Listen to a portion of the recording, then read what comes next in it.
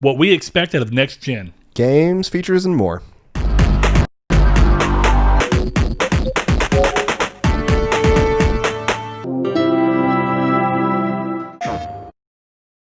Hello and welcome to Triangle Square, the PlayStation podcast. I'm your host, Brett Beck, and alongside me, as always, is Mr. Saul Bridges, bringing you guys lucky episode 191. 191. If you are new to the show and want to see where you can find us on social media or, interact with us outside of the show, stick around. And we always get to that at the end during cleanup. But we like to start this show off in a nice, fun, friendly, and just long tradition. I guess culture and tradition are a little bit in line, but a long tradition of talking to each other about what we've been up to and what we've been playing. I actually, this week, did not see Saul near as much as I think has been common recently. I don't know exactly why, but, it happens. Work, technically, I guess. But I played a lot of games this week. That's so weird, because I expected your one answer to be Destiny 2. It is. I know you've played that. It is, so I will skimp over that because I've been playing that for like 4 weeks now straight or whatever it has been. On this show, at the end of the last episode, I downloaded Slay the Spire on PC. After talking about it? Yeah, I've been playing it on PC as well as my phone. It's on phone? Yeah, it's a little hard to play, but it's better than nothing, I guess. Because attack cards, you're supposed to drag them. It seems like it'd be easier. No, it's with not. With a touch control. I mean, I think it's maybe the same. It won't, but it's the same as keyboard and mouse, but it's really not intuitive that way for me either. See, it's a game that I think on Switch and Vita made a lot of sense because of the touchscreen. I never used the touchscreen. So whenever you played, did you only play on Switch or did you play on PS4? No, I only played on Switch. Okay. And I've been playing on Steam with my Xbox controller. So on Switch, does it support touchscreen? I have no clue. I never tried. A lot of games don't, which always makes me wonder why even have the touchscreen if you're not going to utilize it. True. But, I mean, I guess looking at that kind of game, it kind of makes me think of Hearthstone. I always thought Hearthstone on phone made a lot of sense because, honestly, setting the cards out that way felt better than just using controls. Because typically it's a little more clumsy, and at least in old-school card games, like the old Yu-Gi-Oh! Games for Game Boy and PS2 and stuff, where you'd have to kind of go through your cards and then choose one and then set where you want it. It makes a lot more sense to pick it up and drag it. Funny you mentioned Yu-Gi-Oh! But, yeah, it's not as intuitive as using a controller or the Switch, which was my favorite way to play. So how do you do it? Do you click the card and then just select which person you want to hit it with? No, it's kind of like how you play on PC with keyboard and mouse. Is you take the card and you drag the card onto the enemy. It has a little arrow. Okay, but how do you do it on the controller, I guess is what I'm trying to say. Arrow, it's just a selection mechanic. That's what I'm saying. So you select the card, and then there's just an arrow that goes above who you want to play it on, Yeah, right? so this, you have to go like this. Which, as you can see, is kind of annoying to do. It's not great. Whereas on controller, it's you click the card, and then you just use the D-pad or the analog stick to move over the enemy. Okay. With a selection arrow. I think I see why, though. It's because probably so that the game doesn't accidentally play cards in the wrong things. You got to drag up and then over instead of being able to drag directly to the enemy. Yeah, it's partially. It looks like you want your UI to be big enough to where you know what cards you're using, right? So but then you only have so much real estate on a touch screen, and I imagine that your phone's pretty big, but the Switch screen is still bigger, not by a ton. So yeah, I guess it would be a problem unless you had a massive. I'm sure on a laptop it probably wouldn't be bad if you just. I don't even know if you can use touch controls on a laptop. Your laptop naturally just takes your finger as a left click, so it should work even if the game doesn't support it. True. Natively, you know what I mean? But I played that, and it's one of those games that I just kind of lose myself in. But every time you've played it, I know. I have also played. I'm gonna go off a really weird list here this week. I have played Pokemon Emerald on an actual handheld, Chrono Trigger, Final Fantasy VI, Advanced Version, Yu-Gi-Oh! Sacred Cards. Okay. GoldenEye. I know what happened. Your RetroPie came in. It's Retroid, but whatever. Yeah, it came in. What else is there? Sonic Adventure Advanced. I never played those. They're good. They're heard so good. All the Sonic Advance games are really good. Yeah, I've heard so. Why am I blanking? It's an RPG. Game Boy Advance. It's one of my favorite RPGs on Game Boy Advance. It starts with Golden. Oh, Golden Sun? Golden Sun. I don't know why I could not remember that. That game is really good. So I've played all those games to at least an hour of degree. And I'm missing some. Like there's Super Mario 64. Like I could just keep going on this list. Pokemon Liquid Crystal. So I'm assuming you were Liquid Crystal, the fan made? You're the one that I think turned me on to it. Yeah, forever ago. But it is Fire Red that is modded to be Crystal. You know what's weird is I'm pretty sure I originally played that on PSP emulator. You did. That's how I had it. It's because you gave that to Seth or whatever. That I borrowed it to play Birth by Sleep, and then it was on there. I actually thought that. I mean, I think I beat that one a long time ago. It's pretty cool. That was when I got open to the wide world of Pokemon mods, which I think is a cool idea because I mean the Pokemon games are simplistic and basic design, so you can play this game with like it's. I don't know if it's worth it. It's kind of slow. It's not as responsive as you'd think. Yeah, because like if I'm using this, I could just go. Yeah, sure. Okay, fair enough. Anyway, so that makes sense. I was wondering why you're playing them all, and I guess technically you were playing on a handheld and a real one at that, but not necessarily the one that the game was made for. Yeah, like I really enjoy it. It's the Retroid 2 though, isn't it? Retroid Pocket 2. Yeah. The only thing is that it took 3 months to get here. It took almost 3 months. It took from September 12th till December the 3rd, I think is when I got it. And it's a neat little machine. Like it comes preloaded with games.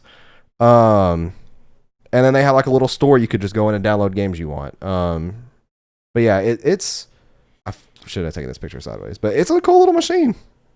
Interesting. I got the one with the PlayStation colored buttons. Oh. And then they have some that you can actually swap out, but the screen's nice and bright and crisp, and I haven't had a single issue out of it yet. So, are those the one that's moderately reasonably priced, or is this the one that's a little expensive? Is this the one that's like $89 or $119? This was $90 shipped. $90. $80 before shipping. Okay, yeah, it's about $89. Yeah. There's one called like the Enbernick, which is another one I kind of want to get just to compare, and to get like the best version of it. Is like the 350 GM, I think, is $139, I think. I mean, it's weird because it's kind of old technology, but it's so you think it'd be cheaper, but it's having to emulate all of these, so it has to have a lot of overhead to do so. Battery life is real important on those kinds of things.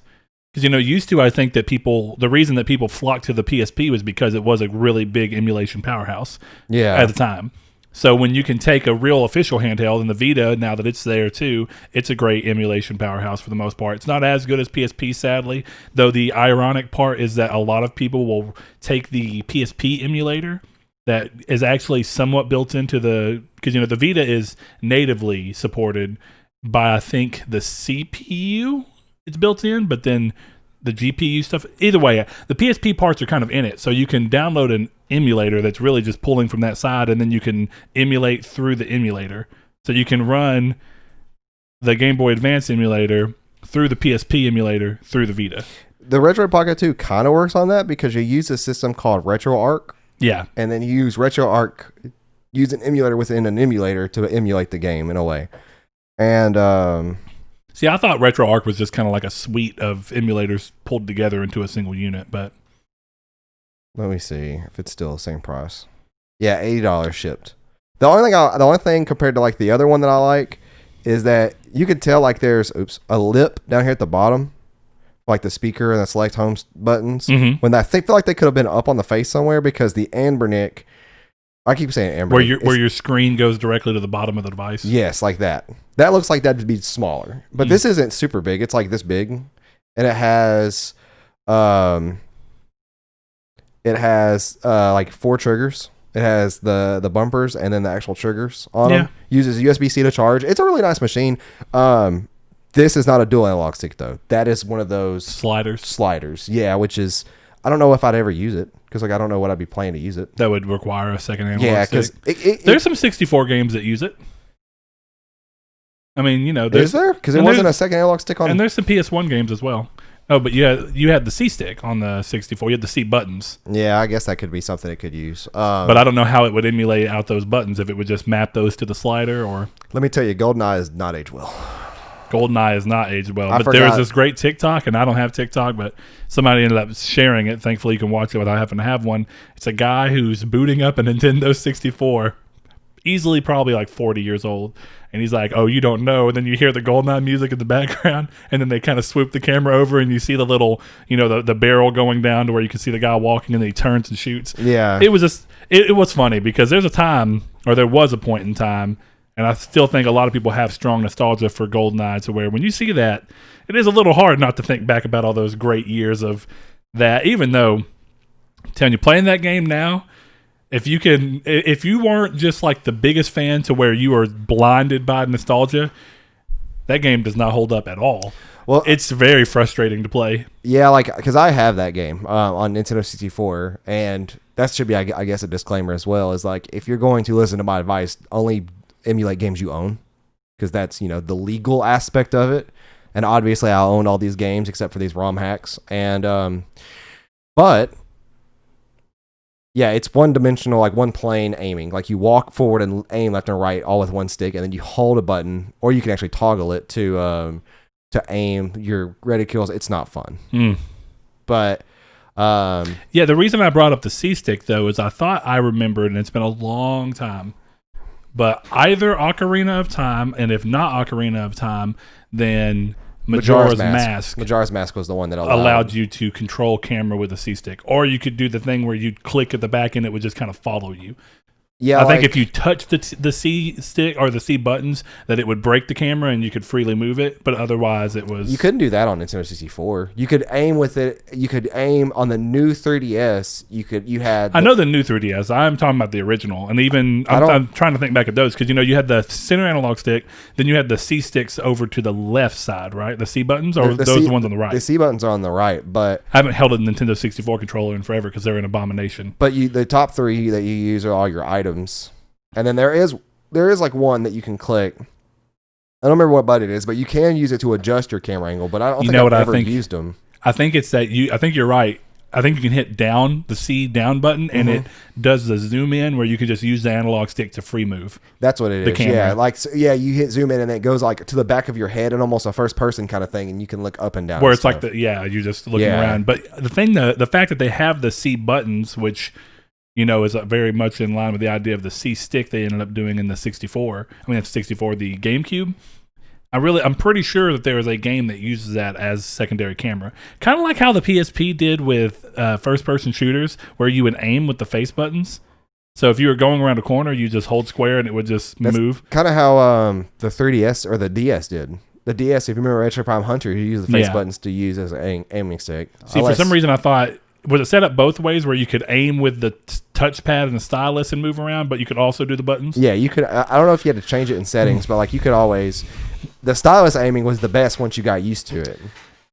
Yeah, probably. But, then there's the games like the Kingdom Hearts games back on the Game Boy, or not the Game Boy, but the DS and even the PSP, where the DS ones were set up to where the camera was automatically mapped to the touch, screen at the bottom, the stylus thing. But I would immediately go in on all of those and make it to where the LR buttons. Yeah.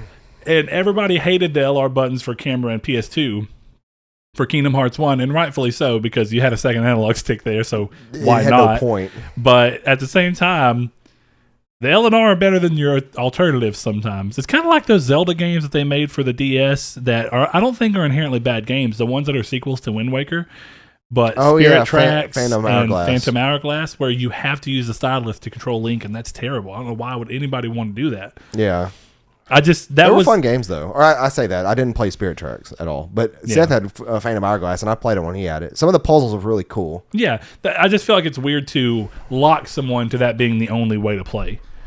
Like, at least mix, right? Have it where you can directly control Link, but then certain things that you have to tap, you have to, like, hold it with one side and move, and then use the stylus to move other things.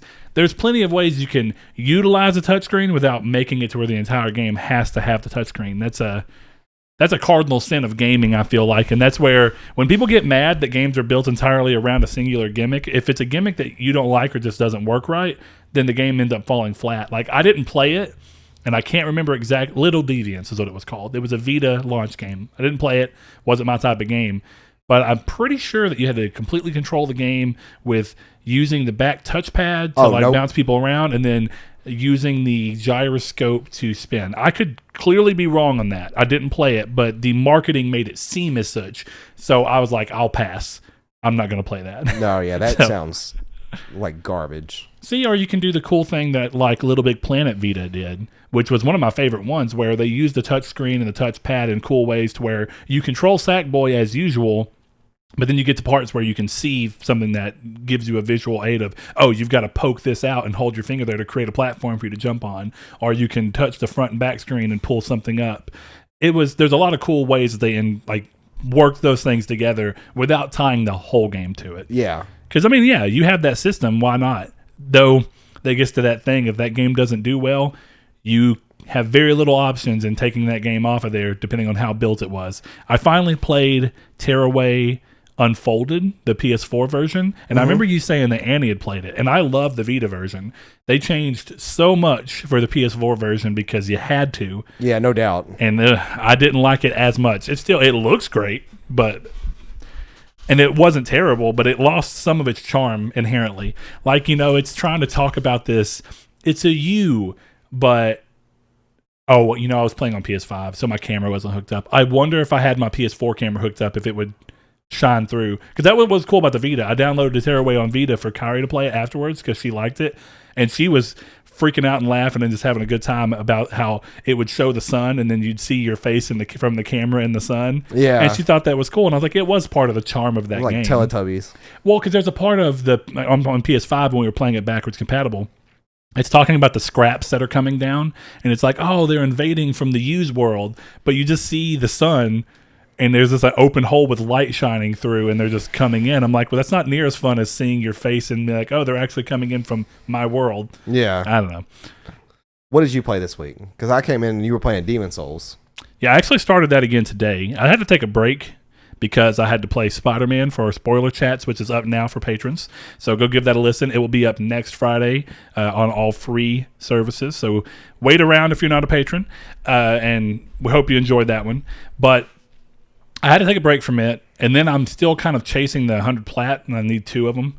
So I've been playing other stuff to kind of work my way through that, and I've been playing more Sackboy, and it was a self-imposed limit for myself, but because I just decided it would be cool to do it, you don't have to do this for the platinum at all. I'd set it to where I would not move forward in the level until I 100%ed the level. Okay. So it was like, okay, I will go to the next level once I've done this one. Now, there's a couple of co-op levels per world that I just couldn't do because I don't have a second controller. But every other thing, if a special level popped up on the side that's like these remix levels where you redo a part but with a change up, I would go to that immediately, make sure I got the gold on it to 100% it, move on to the next level. Very similar to how you play Crash Bandicoot. A little bit. I kind of dropped it on Crash Bandicoot. I tried my best on that, but Crash Bandicoot was a lot harder in that regard. That's also probably true. Now, this game is still challenging in the later levels. It felt really good if I could discipline myself just enough to 100% gold seal the level my first try, which means not dying, getting the high score, and finding all collectible items and all 5 Dreamer orbs per level. So it's if I could do that first time, and I did that on a couple of late stage levels, it was really cool. But talk about the craziest change. The last trophy I have left before I have to focus on the multiplayer trophies, which I'm going to figure out exactly how to do, is there's these things called these knitted night trials. And they're specifically things built around like a single function of the game that you're going to do. So there's 15 of those, and the first one is like a bunch of rolling enemies, and you're just having to work your way through them to get to the end, but they're timed, and you have to pick up clocks on the way to get your time down so that you can get gold. Right. I got gold on all of those pretty much first, second, maybe third try on a couple. Doing really well. When you beat the 15th one, it unlocks the 16th level, which is called String It, or the trophy I think is called String It Together. It's called the Rip Snorter, the level, and it takes all 15 levels and puts them sequentially with no breaks in between, and you have to do them all. So you'll do the rolling thing, and then as soon as you get to the end of that, it transitions seamlessly, like it's built together, for you to go into the next one, which I think is these little tilty things. Regardless, you go through, and the gold time, and you can pick up clocks, so you're going to actually have played for longer, but to get the gold time, it takes 10 minutes. So that means for one level, you're playing for at least 10 minutes. I haven't even completed the level yet. And I did all of the other ones fairly easy, but Man, I've gotten mad, and for the first time in a while, it's been 3 years. Another chair has suffered a broken arm.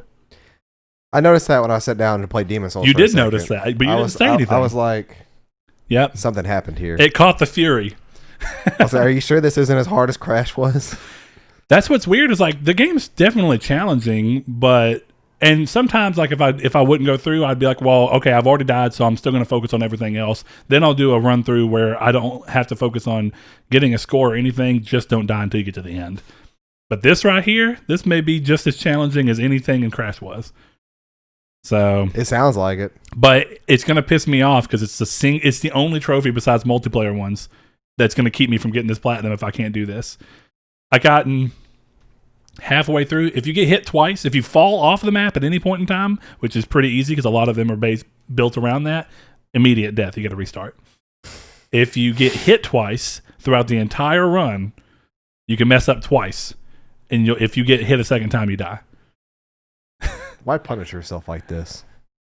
It was fun at first, but now I don't know. So I'm almost thinking it might be easier for me to just platinum Demon's Souls or Bloodborne. If I wasn't playing Demon's Souls right now, I actually probably would be inclined to go play Bloodborne. I don't want to mix those up right now. When you decide to, let me know. Yeah, and I will show you the chalice dungeons you need to get. Is there a way to kind of get it to play towards your favor where you can get the Queen of Yharnam quickly? No. But once you beat Bloodstarved Beast, you get the Central Chalice. Mm-hmm. Then you can search for chalices. So all you got to do is search for the chalice that gives you the coolest weapon in the game, the Chikagi, and then search for the other chalice that allows you to farm Blood Souls. Is the Chikagi, isn't that a weapon that's in all of the Souls games? I don't know. It definitely is not in like Dark Souls 1, 2, or 3. Okay. Yeah, there's like the Uchigatana. I think that's what I'm thinking of. That's in all of them. Yeah. And it's weird because this isn't even really a katana. It looks like one, but it's not. It's like a Western katana. Okay. But it's really, really, really cool. Well, and overpowered. So speaking of overpowered, Saul, whenever I came in. Yeah, magic. Wow. I decided, because I've always played every Souls game, every Souls-like game as a heavy build. That's just the way I play it. And that's why I think I didn't have as many problems as I think some people did going to something like Lords of the Fallen, where Harken is just a heavy character, because you don't have a class so much as you just have him. But I had started the game as the normal knight with the fluted armor set, and I've gotten pretty far, but since I had to take a break, I was like, when I come back, I'm going to finally do something I've never done in this game or in Bloodborne and play it out of order. Right. And if I'm going to do that, I might as well switch my thing up. So Josh Ayers, one of our patrons and good longtime listeners, good friends, he had mentioned to Rude Cold, one of our other ones, Sean, that he should try the royalty build. So I decided to try it. And it makes the game vastly different. You approach everything a lot different than you typically would. It doesn't even look fun. It's weird because at first it's not as easy. I don't know. Sometimes it's easier than others. But the thing is I'm fairly positive because I've heard of this build and seen a little bit of it in the past. That's why I knew like where to go get the Crescent Falchion pretty early on and whatnot. But it's definitely different. And at first I flew through 1-1, the tower, the Boletaria Castle gates, and then when I got to Phalanx, I noticed that since I moved through everything else so quickly, I didn't gain enough of the fire items I needed, so I had to slowly pick off all of the little black sludge things off of it so I could attack the core. I used what I could, like I had a couple of fire bombs and I got like 4 things of pine resin, and I didn't die or even really get hurt through it. It just took me longer to do than it did on my knight, because my knight I played through slow and methodically like I typically do. And part of it's that I'm immediately replaying something I'm super familiar with again. I don't think I ever fought Phalanx without using pine resins and firebombs. Yeah, so I did, but I ended up having to kill it by just literally attacking it because I ran out. But it worked out for the most part. Playing with a rapier is a lot different. It's a lot quicker. Not having a fat roll is a lot different. And honestly, you're talking about the fact that the magic allows you to kind of pick people off from afar. And then the Crescent Falchion is great because it does damage multiplier based off of your magic stat. So you're creating a great little combo there. But the thing that got me the most was playing without a fat roll. It almost felt wrong to me. I was like, I feel like I've broken the game, and that it's supposed to have. Excuse me, it's supposed to have some kind of a weight to it whenever I'm bouncing back, but the quick rolls in those games, you immediately spring back up like you didn't even just somersault. Yeah, for gameplay purposes, I could see why that's useful. Yeah, for all purposes. You started it, right? You started Mortal Shell, didn't you? Yes. Okay.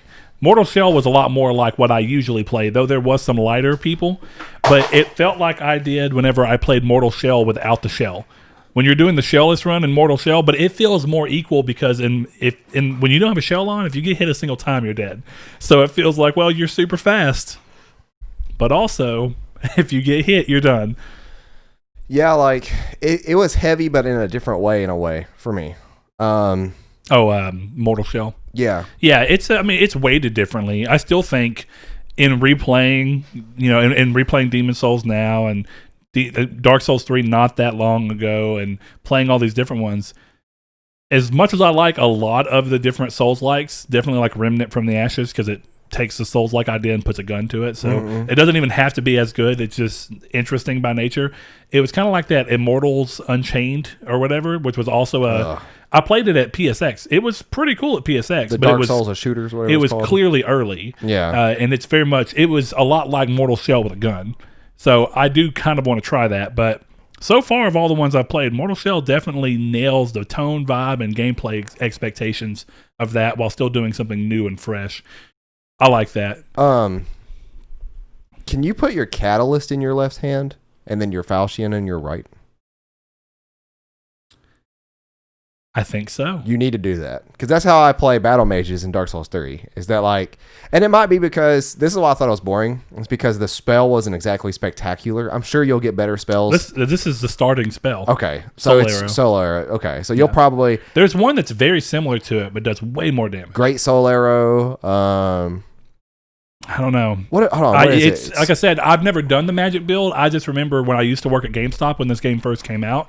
It was a little bit after actually that it came out, but when I worked there and I was talking with one of my coworkers who played it, he was saying that was the build he'd run, and so he talked to me about it, and that's why I remembered like there's the Crescent Falchion, and I remember the Crescent items in general go towards magic, so I would normally avoid them late game because I wasn't much of a magic builder, but early game it's good for all classes. Yeah. But I never messed with that. So getting it early today also feels weird because I don't normally go to 4-1 first. So normally I would be going to 4-1 very late game. You know what I mean? Yeah, like I'm trying to think. But because I guess for me, because it should go Soul, Great. No, maybe not. Maybe it's Soul, Heavy, Soul Arrow, Great Arrow.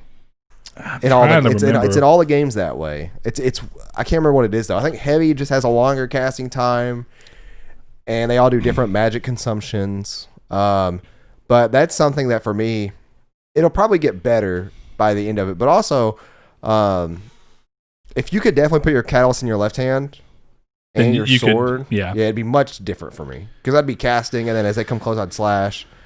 I'm sure you can. Okay. I can't imagine any reason that you can't, but I don't actually know the answer to that. See, I never touched magic in Dark Demon Souls. I did Halberd. I never touched it in Dark Souls 3. It's funny that you mentioned that when you're doing Battle Mage, but one of the things I remember hearing a lot from the internet groups of people who play it was that Dark Souls 3, among all of them, probably did the most to castrate magic. They did, especially after Dark Souls 2, because in Dark Souls 2, within the first hour of the game, you can have hexes, and you can get binoculars also within the first 20 minutes of the game. And so you can just zoom in? Yeah, you zoom in, and then whatever is in the center of your screen, you just line up an enemy to your screen on the binoculars, and then you could cast your spell and it would fly and hit the enemy. But it all depends on spell distance too, because you couldn't just snipe across the entire map. Yeah, that's what I was about to say. Soul Arrow has a very small thing, so I didn't complete it because I thought I'm going to make this harder on myself when I get to the bridge to go towards Tower Knight. But the first time that you run across the Dragon Bridge where he ends up burning up all those soldiers, the first time you're running before you ever even fight Phalanx. Yeah, not even the Rogue Dragon Bridge, but like the first one. Yeah, the first one. I noticed that if I got to the other side, killed the two archers that are there, and just waited for him to continuously, if you stay right there, he'll continuously come. Mm-hmm. And I noticed that if I would just wait for him to come, I could lock onto him, shoot him, do 19 damage. He'd go through. And I always remember, but I was never very good at it, if you're good with the bow and arrow, at the actual Dragon Bridge, you can get to the top of the first little rampart thing, and you can wait for him to fly over, and you can shoot him with the arrow. And you can keep doing that so that you can kill him and then go back to the hill that he's normally guarding and get all the items.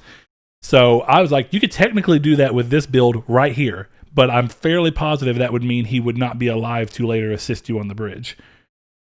So I'm going to wait, and then I'm going to get to the top of that first rampart, and I'm going to see if I'm going to go through all of it, go back, get to the first rampart, and see if I can kill him, go back and get those items, because I've never done that. I knew you could, never been able to. So due to the open nature, we'll get off this subject here in a second, because people who hate Dark Souls and Demon Souls. God, these guys. But due to the open nature of Dark Souls 1, if you started with the Master Key, there's actually something you can do entirely to mitigate the dragon on lower... I can't remember the name of the first area in Dark Souls. It's lower... Dark Souls 1, I've not played in so long, I don't remember any of the area's names besides Blighttown, because it's the infamous one. It's lower something. I hardly remember any of the stuff from Dark Souls 3. Lower Undead Burg. Okay. So, like, everybody remembers that there's a dragon bridge in Dark Souls. It's right after Solaire. You can actually not even worry about that. Like, there's literally a way... that if you start with the undead or with the key, you go to the bottom of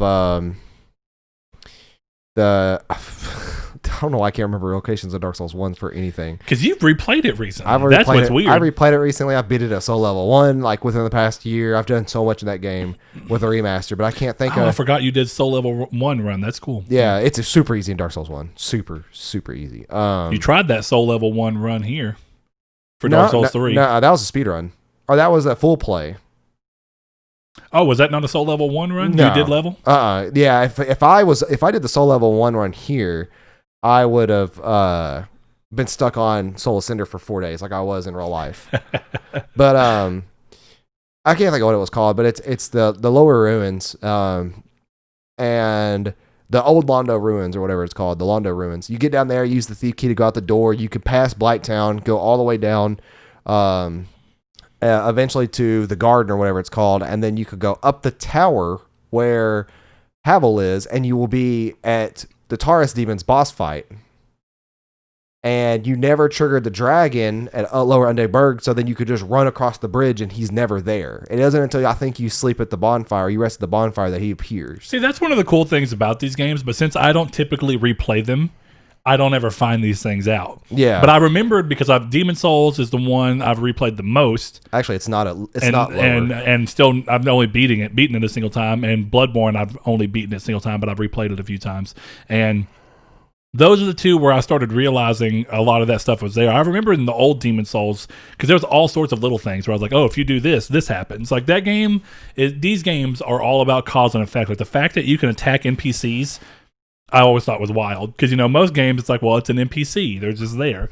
But I like that here. It's like, well, he's an NPC and he's there. Like, I did, since I started my new run today, I rolled, instead of doing what I usually do, and going down through all the things and then killing the little vagrant dudes or whatever that are blocking the guy who's up on the... I can't remember any of the names either. I just did it today. But the guy who gives you the brass telescope in Demon Souls early, there's a part where when you're coming down the stairs, you can see where he's at.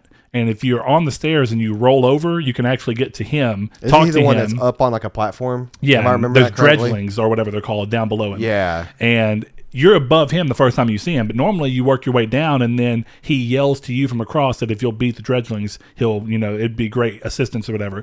But this time I decided to do the roll over from the stairs, jump over and roll over the thing, and then I thought it was cool. His dialogue was completely different. He goes, mighty jump, brave of you, or whatever. Oh. And then he's like, if you'll be so kind as to help me deal with these dredgelings. I was like, okay, cool. I got the item that's up there with him, and then jumped down and beat them. And it was cool because I don't normally do this. Like I said, normally the way I go, they're all dead. But since I went the opposite way, he was helping me fight everything on the way back. Which was just, I don't know. I thought that was cool because it reminded me of the Dragon Slayer dude who's in Boletaria Castle with wearing the red and whatever armor, red and white armor. I can't remember his name either. I can't remember him either. I can't remember his class either. And there's the two dragons that are fighting you, and he'll follow you around as long as you don't attack him on accident.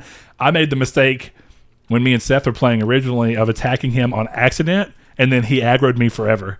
And I think I just quit that run. Had to restart. But yeah, Demon Souls was my other thing. I haven't really played much else at all. I did try Warframe, I think, after we last recorded, just to see what it was like on the PS5 version, and it looks considerably better. That's pretty cool. Destiny's update's coming out on Tuesday, I think. Nice. I mean, just out of curiosity, because I think I still have Destiny installed, I'll probably hop in and see, but yeah, my want to play Destiny doesn't exist. So, but before we head over into the community's take, we're going to take a minute to shout out our sponsor, Manscaped, and I'm going to tell you guys something. You know what my wife loves just as much as she loves Christmas? Or almost as much as she loves Christmas? A well-groomed bush. And I'm not talking about our 43rd president. I'm talking about downstairs, guys. So, if you want to give your wife or your partner, maybe you don't have a wife, maybe you have a husband or whatever it be, clean up downstairs by going to manscaped.com and typing in discount code SQRD to get 20% off your first order and free shipping. Now, I'm going to tell you guys right now. If you go to Manscaped right now, they're actually doing a holiday sale that's that exact thing.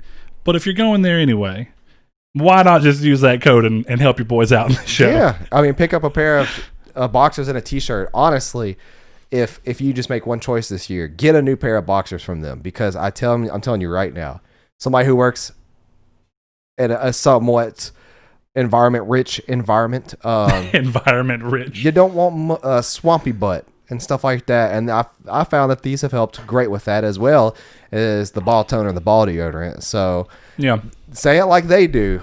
Go to manscaped.com and use discount code SQRD, and you get 20% off and free shipping, and your balls will thank you. Your balls will thank you. With a little bit of strategery, you can have your wife steal your shirt. Yes. And then you'll never have it again. No, I got it back. Oh, good. Yeah, I stole it. Oh, you stole it? Stole it back. That's a crime, but that's okay. I guess she crimed you to begin with. It's a comfy shirt. I'm telling you. All right, guys. Our community's take question this week came from one of our listeners, and it was Mr.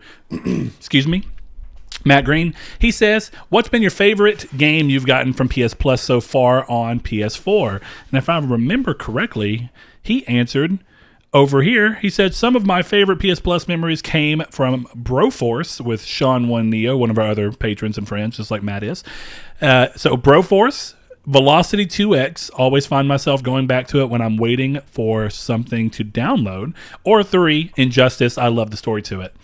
Yeah, Injustice came as an early free game, if I'm remembering correctly, and I love the game. I ended up I think I got it for free as well, and ended up really liking it. And so when Injustice 2 came out, I'm not huge on fighting games, but I remember that I really wanted to borrow it from a friend to be able to experience the story, because they did an exceptional job with it. And I also really liked Mortal Kombat 9's story. Mortal Kombat 10 dropped me completely, and I didn't, because of that, I wasn't even interested in 11. But at the same time, I hope 11 is good. So he has some honorable mentions. He says Day of the Tentacles and nostalgia all the way. Remember playing it in the early 90s on PC.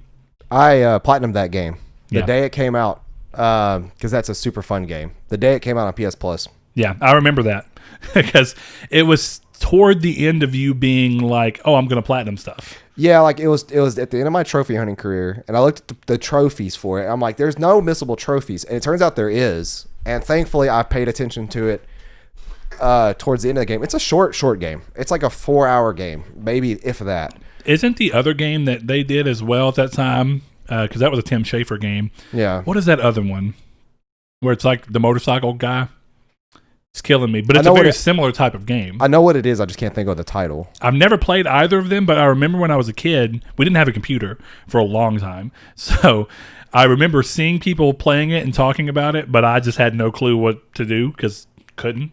But yeah, there are very easy games to platinum from what I'm understanding, but Full Throttle, isn't that what it's called?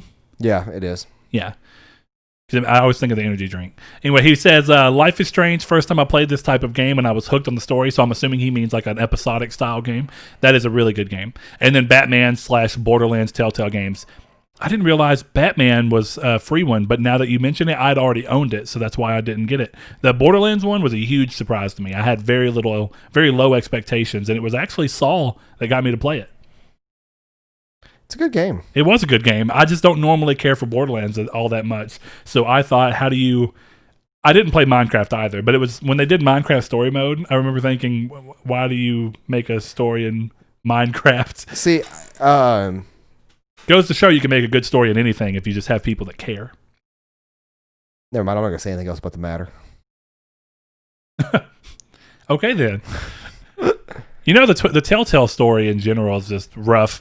They had all these licenses for all these big IP, but maybe they should have done a little bit more original IP. Because how do they get these things, review well, seemingly sell well, and then still go under? It has to be because of how expensive it was to license those games to begin with. I don't know. You would think so, yeah. Yeah, weird one. Speaking of Sean One Neo, he says, I've got to say the new Worms Rumble coming straight to PS Plus had me a little concerned, but it's really addictive and I'm impressed. As a longtime fan of the Worms franchise, I'm glad that Team 17 Ltd is happy to experiment a little bit. After all, we still have turn-based Worms, WMD. And yeah, I remember when I saw Worms, and I've only tangentially played them. I remember I played a little bit of them on PSP. I think there was one on Vita I tried. And I'm not super familiar with them, but I always knew that they were that. So seeing this one be kind of real time from what the showcase they did for PS5 was interesting. And seeing it come straight to PS Plus for free, Sony's making some big moves with PS Plus early days. They are. I totally agree. And I think Big Smacks was a big move there. Big Smacks. Bug Smacks. Bug Snacks. Bug Smacks. Why can I not speak? Maybe it's because the Bug Snacks theme song smacks. So you were just like... I haven't heard it yet. I haven't watched anything about that game because that's going to be one of the first PS5 games I'll play. You'll definitely enjoy it. I'm ready for you to play it. Anyway, I'm going to go grab a couple. That was over on Twitter. I'm going to go grab a couple off of our Facebook. Josh Ayers, as we mentioned earlier, one of our friends and patrons, he says, there have been a ton of great PS4 games on PS Plus, Bloodborne, Detroit, Ratchet, and Clank, but I'd played them all before they came to PS Plus. So I'll have to say Dust and Elysium Tell as an early PS4, PS Plus game, but a fun platform adventure game with a great art style. I started that game, and I really enjoyed it. And I remember what happened, and it's nothing, no fault of the game. I probably got, if I had to guess, from the things I had done, a quarter to a third of the way through, was having a good time, but then something came out and pulled me away from it, and I just never thought of it again. And that doesn't mean anything against the game. It was just a lot was going on, and I ended up dropping it. But it had a cool art style for sure, and I actually liked the gameplay. I thought it was really cool. I don't know if you remember seeing this game. It's like you play as like a wolf. No, even looking at it now on Google, I don't recognize this game at all. Yeah, it kind of reminded me, though, a little different of that Omen Sight game that I had played that had a sequel to it before that I'm failing to remember what series it came from. It wasn't Dust, but it was another art style game of kind of like the anthropomorphized animals, just like Omen Sight was. There's a cartoon that was like a on the WB4 Kids or whatever it's called that reminds me of that. I can't think of what that is. And like the same age like Metabots and stuff like that. Yeah, I don't know, man. You talk about a lot of shows back then. Yeah. WB was where it was at. Josh Farmier says, Rocket League, as much as it pisses me off now, he said, as much as it pisses me off now anyway, I was never this bad, or it was never this bad a few years ago. It's still my most played game. Rocket League is the one I expected to see the most of just because it was that flash in the pan where I don't think anybody quite knew what they were getting into. Downloaded a brand new game. This was also prime PS Plus, just like we're seeing right now. This was Sony being on top of their game and be like, you're getting a game day and date with release. Bam. Yeah. Great game. Rocket League also took me by a huge surprise, and I had basically platinumed the game aside from running through the little trial sets without ever even intending to. Thought that was pretty cool. Yeah. So going back and just doing that to get the platinum was like, man, I played this game way more than I thought. You know what I should go back and do now that PS5 shows it, even for PS4 games, is go and look at how many hours I logged in that game. Yeah, that'd be interesting to see, because I know I'd have a couple hundred, I would guess. Mm-hmm. You want to go grab some more off of Twitter or maybe on the Discord? Sure. On Discord, Rude Cold, a good buddy of ours, long-term buddy, he says, easy answer for me, and that's Transistor from Supergiant Games. I have never really played Bastion, but the art style and character design instantly appealed to me. Playing the game, the combat was unlike anything I had played before with so much variety, and then the story, visuals, and soundtrack blew me away. Been a huge Supergiant Games fan ever since, and so glad that Hades is doing so well for them now. I need to play Hades. Hades looks really cool, and if I'm remembering right, it's kind of like a roguelike aspect, right? Where every time you go, you restart. And I remember seeing The story is something along the lines of you're the son of Hades trying to escape hell. It looks really cool. I'll say I don't know anything about it other than the one from the visuals that I've seen. It's only $24 on Steam. Yeah, they had another game that came out too that I can't think of right now. Were they the ones behind Pyre? No. Or was that? I can't remember who that was, but it wasn't Supergiant, I don't think. Oh, it was Pyre. It was? Yeah. Because I remember I saw it and it looked really cool too. I saw it at PSX. Oh, I'm thinking of a different game. I'm thinking of Jotun, Thunder Lotus. Jotun, yeah. Thunder Lotus is awesome. But, yeah, so are Supergiant. I got Bastion, and now that you mention it, Bastion's actually one of those free games that I ended up downloading on Vita and playing, and it was fantastic. I had no clue what I was getting into, but it had really great voice acting for the little bit that was there, had a really interesting story, had great music, and it was just fun gameplay. I have been meaning to get into to Transistor. I think it was one of those games where I used to I'd forget often to go and just redeem the game. So I don't know if I have Transistor. I don't think I do. I think I'd have to buy it. I definitely do. That's the first time I played it too. Even though I liked it a lot, but something else was either out or I was playing at the time, set me away from it. I remember you playing it and then you weren't. Because you were talking about liking it and playing it, and then I don't think you never beat it, right? I never beat it, no. Yeah. That's the shame about PS Plus games, is that because you don't have any monetary investment, I feel like they are naturally a little easier unless they're just exceptional. Like they're naturally easier to leave your mind because you don't think about, well, I spent $60 on this or $20 or right. You don't think about it in the same way. So it's like, well, I can come back to it, but as all of us one track mind or me one track mind, and then otherwise you have a ton of different games you want to play, it eventually leaves the rotation and you never play it again. That's true. Awesome Dave on Discord said, I think I would need to choose a recent game, and that would be Hollow Knight. I've been a big fan of Metroidvania genre for quite a while, and Hollow Knight has been the best experience I've had playing one in a while. The game plays amazingly, looks amazing, sounds amazing, and the first time in a long time I've gotten a game on PS Plus and beat the main story of the game the same month I downloaded it, which kind of goes into what we were just talking about. Yeah, it's just so easy to pull away from, you know? I get it. Yeah. That's a good answer, too, because even though I didn't play Hollow Knight because of PS Plus, I have it, but I kind of want to play it on PS4 just to turn my PS4 on, just to have a reason to.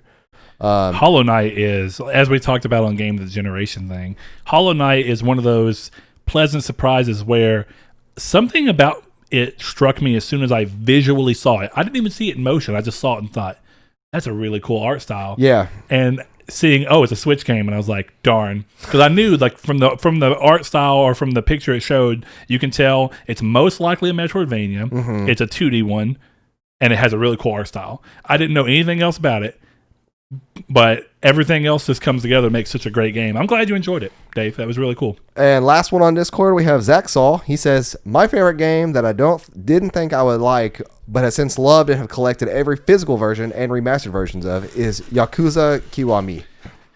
I got that game for free as well. Played it. Didn't know what to expect because I had friends who, whenever I worked at GameStop, would constantly be hyped up about the new Yakuza games on PS3 at the time.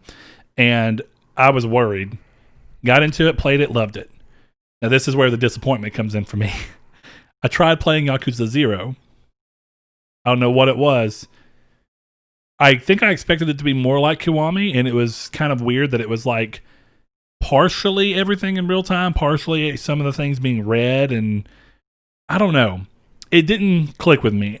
I don't know what I'm going to do if I'm ever going to go back and play it. I did start Judgment up and played it a little bit, and as weird as it may be for a lot of people, I actually kind of appreciated that it had a English dub, and the English dub was pretty good. So I may go back and play it some more as well. But Kiwami was a great game, and I really enjoyed it. That was kind of like Awesome Dave talked about.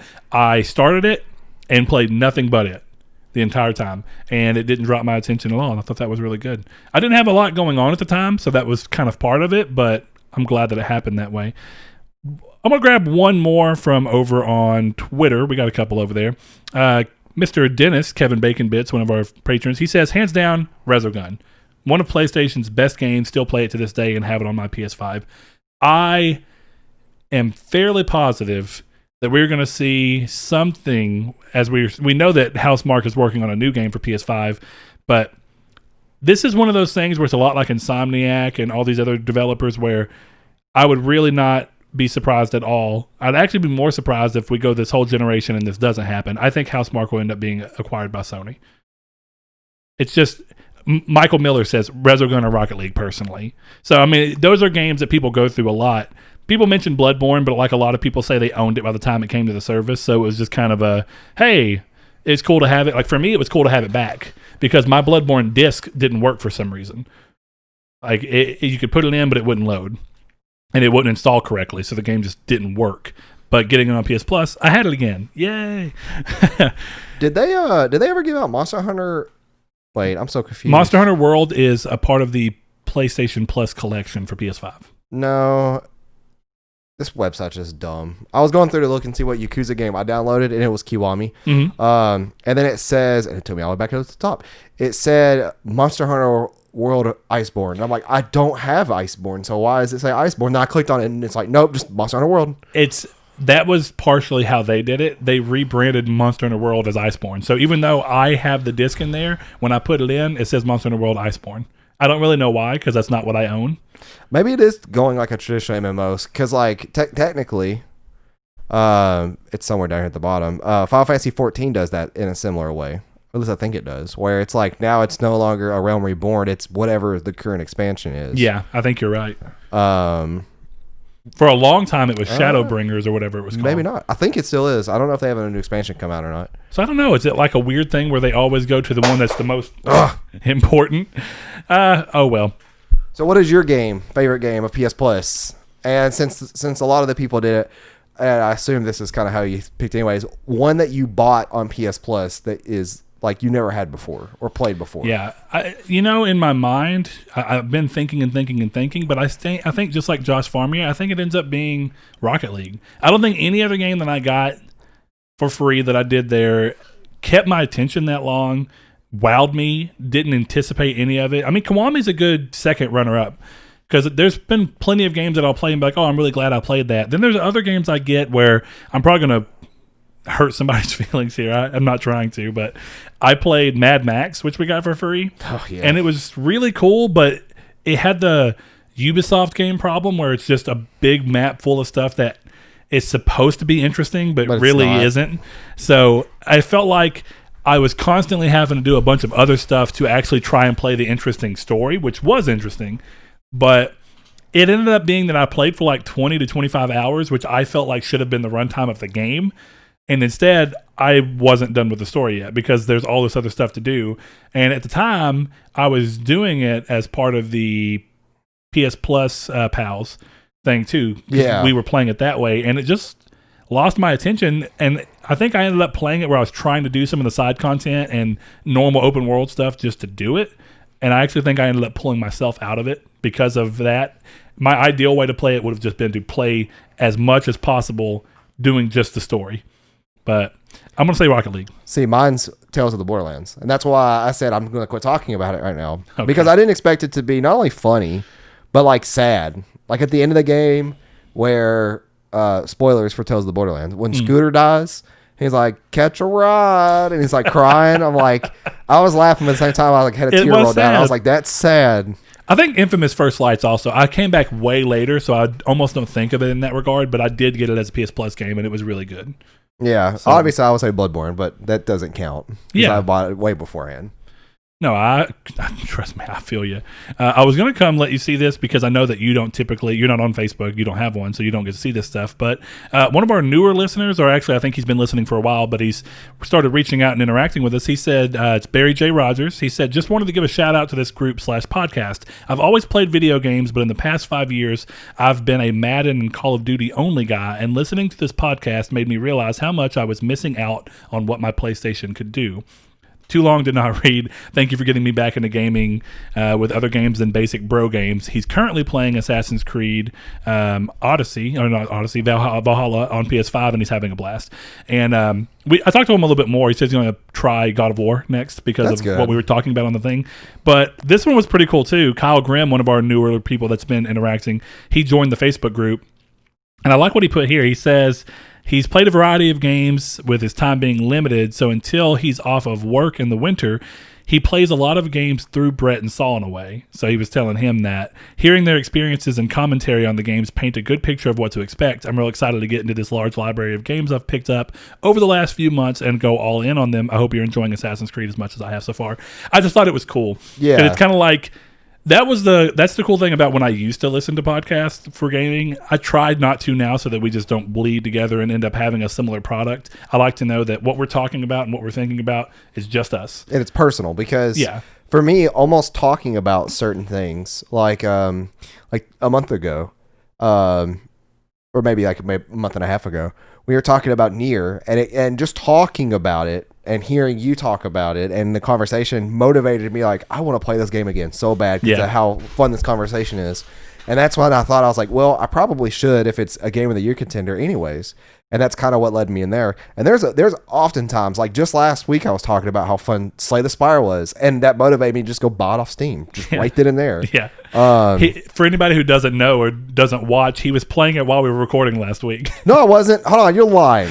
You're making it sound like I played I started it up to see if my laptop could even run it properly. Hey, all I said is that you were playing it. You weren't playing it the whole time. I didn't even play it for like longer than 2 minutes. Will it make you feel better to know that typically whenever we're recording midweek matinee, I'm normally playing RuneScape the entire time? Yeah, you told unless me. I'm hosting.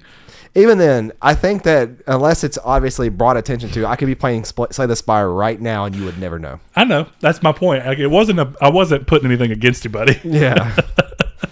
Oh, but yeah, that was pretty cool. So, Barry, glad that you found us and glad that you're liking the podcast. Hope you enjoy God of War. Thank you, Barry. Yeah, I really do. If you will have my recommendation, I would recommend that both of y'all play Bloodborne, like ASAP. And I'm not joking with that because I think that it's such a drastic change from what y'all are currently experiencing, or at least Barry specifically. It's such a hard game. Especially challenging. I don't know if I'd say hard. Such a weird word. It's definitely gonna be hard for somebody who's only played Madden and Call of Duty lately. Yeah, it's true. It'll be super challenging. But playing Valhalla is good because you're at least getting into a somewhat. You are getting into a kind of another similar genre, for sure. But definitely get into Bloodborne and don't give up. Trust me, the first like 2 bosses of that game. I'm not gonna say a couple hours because it could take you 10 or 15.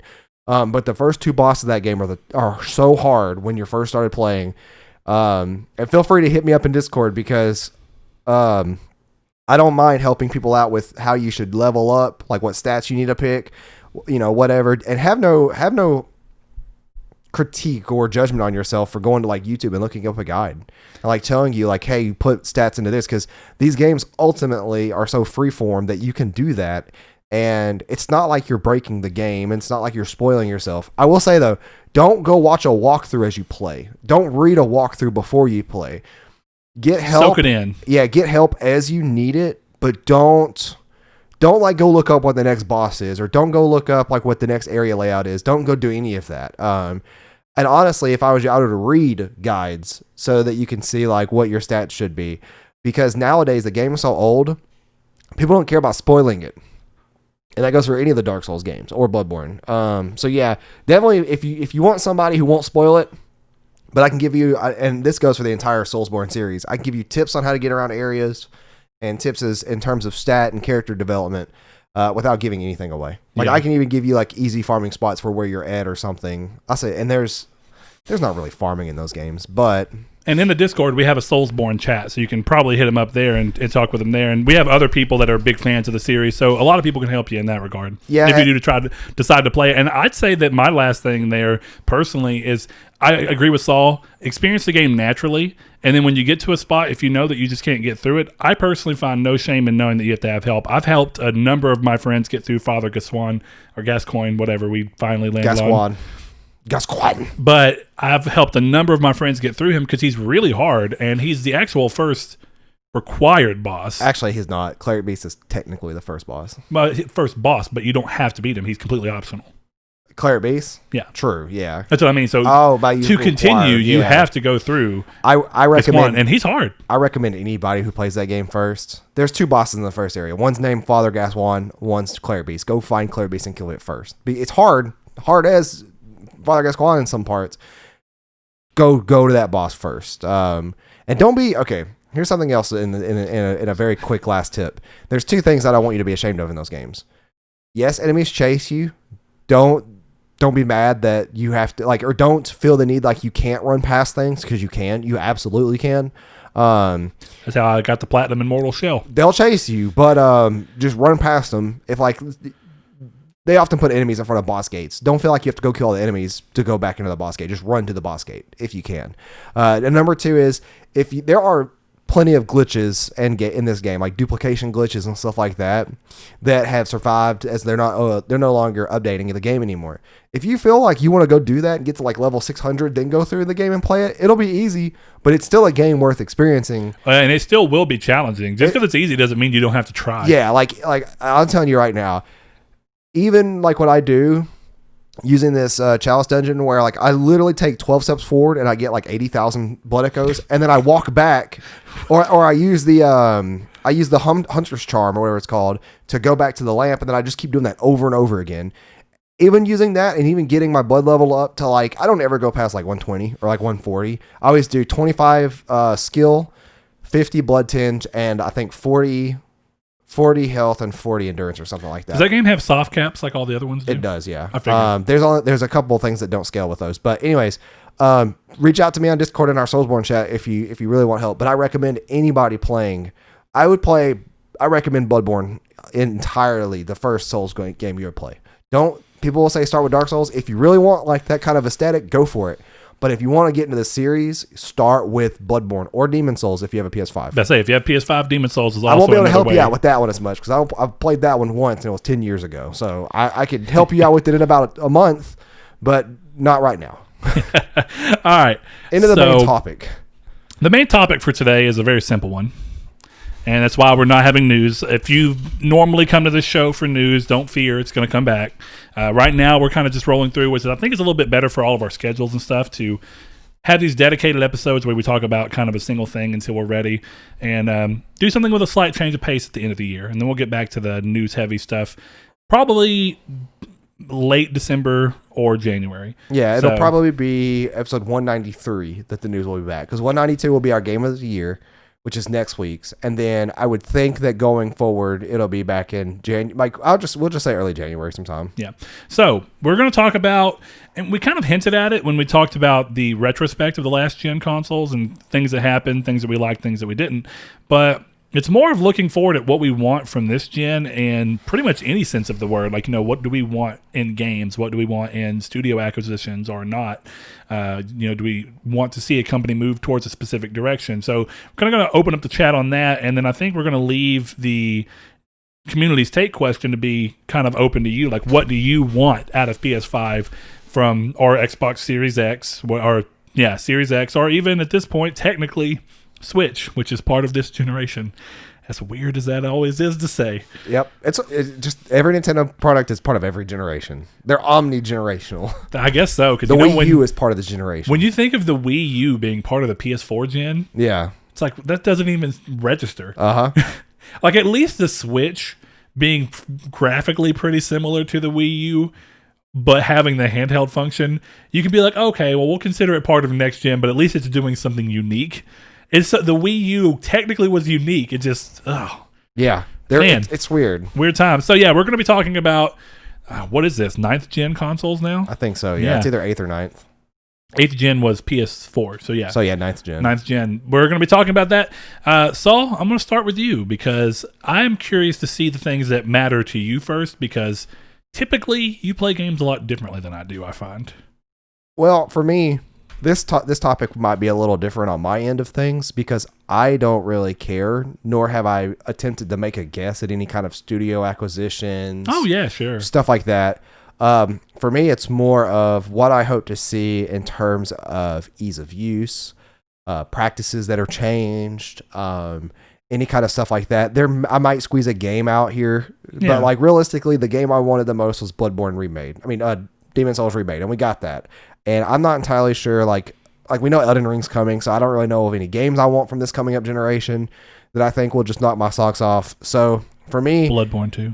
Yeah, I guess Bloodborne 2, but you'd have to really make it as good as Bloodborne for it to work. For me, personally, I will start with the digital rights, and I think that they should add a gifting and refund function to digital purchases, similar to Steam, where you can gift a game to someone who can't afford it or doesn't want to buy it, and you're just like, hey, play it with me, I'll buy it for you.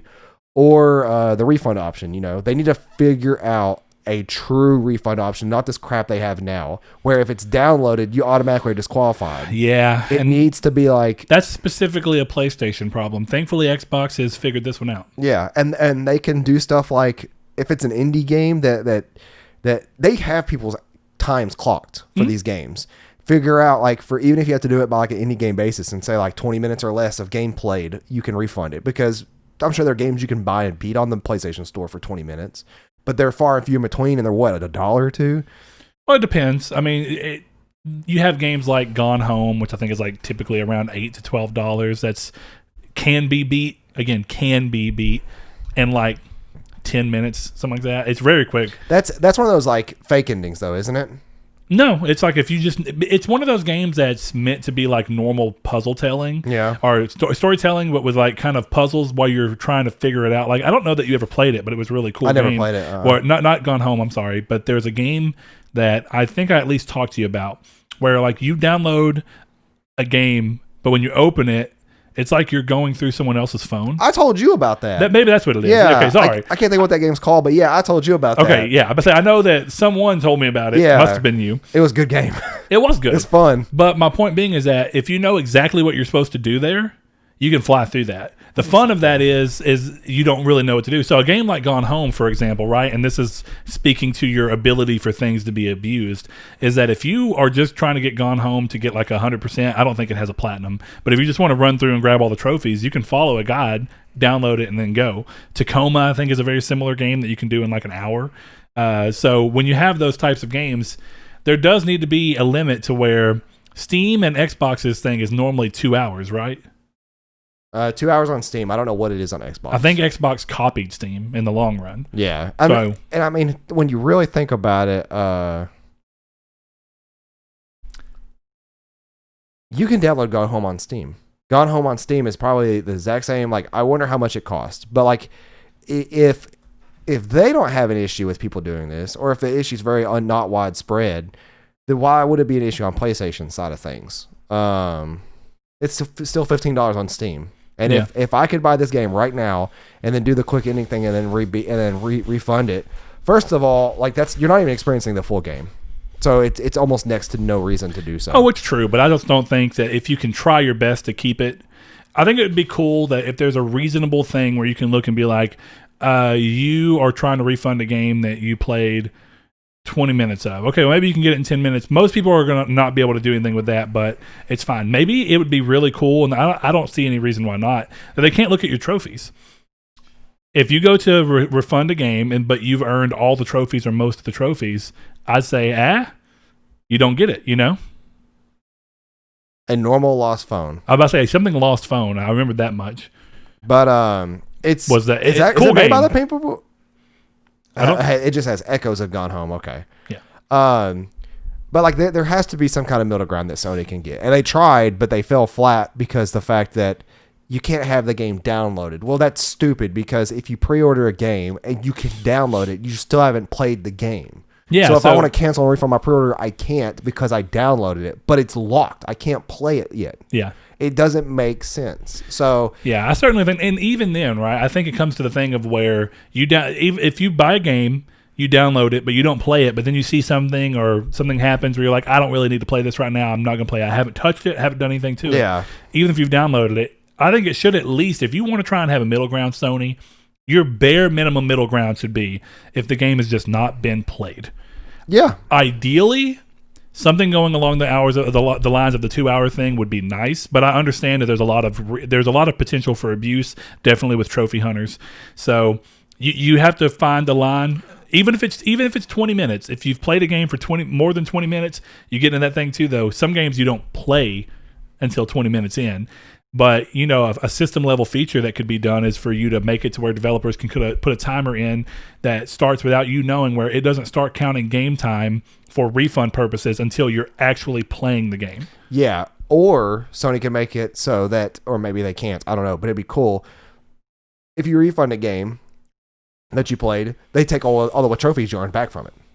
Ooh. They refund all the trophies too, so all your trophies get removed. Yeah, so even if you only earned 1 or 2 trophies that you might get from like games that have tutorials that give you a trophy as soon as you did it. Yeah, they're taken away. People would probably like that because, right now you can delete a game from your list if you've never earned a trophy. Yeah. But if you've earned a trophy, it's just there. I'm sure people would like to just take it away and be like, I have one less game that I only have 1% on. I think that would be done pretty well.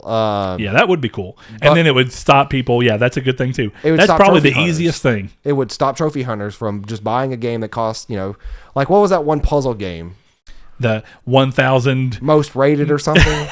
That was like terrible name. Yeah, like you could easily follow a video guide and beat that in less than I think 4 minutes. I think was it, and it cost like $1 or something. But even then, they can easily make it so that games that are under like $5.99 can't be refunded under any circumstances. And then once refunded after 1 hour of playtime or whatever it is, all trophies and all trophy experience to your gamer level will then be taken back away. Yeah. And they could easily make it that way. But I think that's a good in between.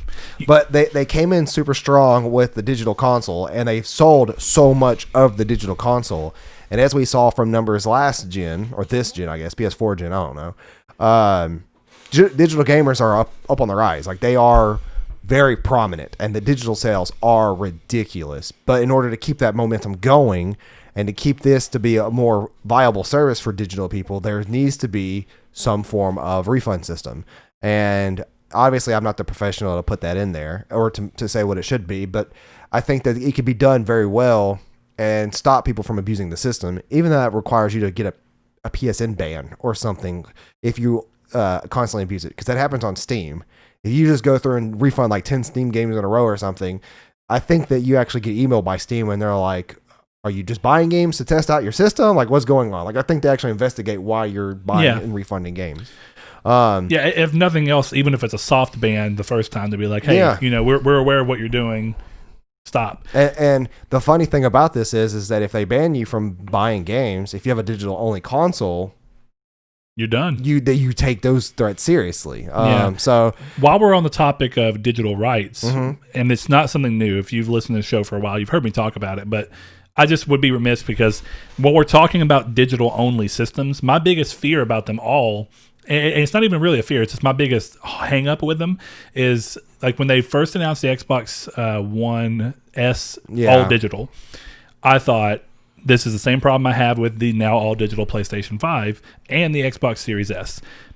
That when you buy games, you don't actually have any control over them. And I have said a number of times that while we're on the idea of digital rights and your ability to refund games and your ability to buy a game from the store but send that bought thing to another user, I think all of those things are great. I'm glad that Wishlist is on the system level now for PS5, though I think that there's a disconnect between the browser version. But regardless, my hope is that while we're talking about those digital rights, that also extends into your ability to gift a game, sell a game, whatever it be, to someone just because you're through with the digital rights.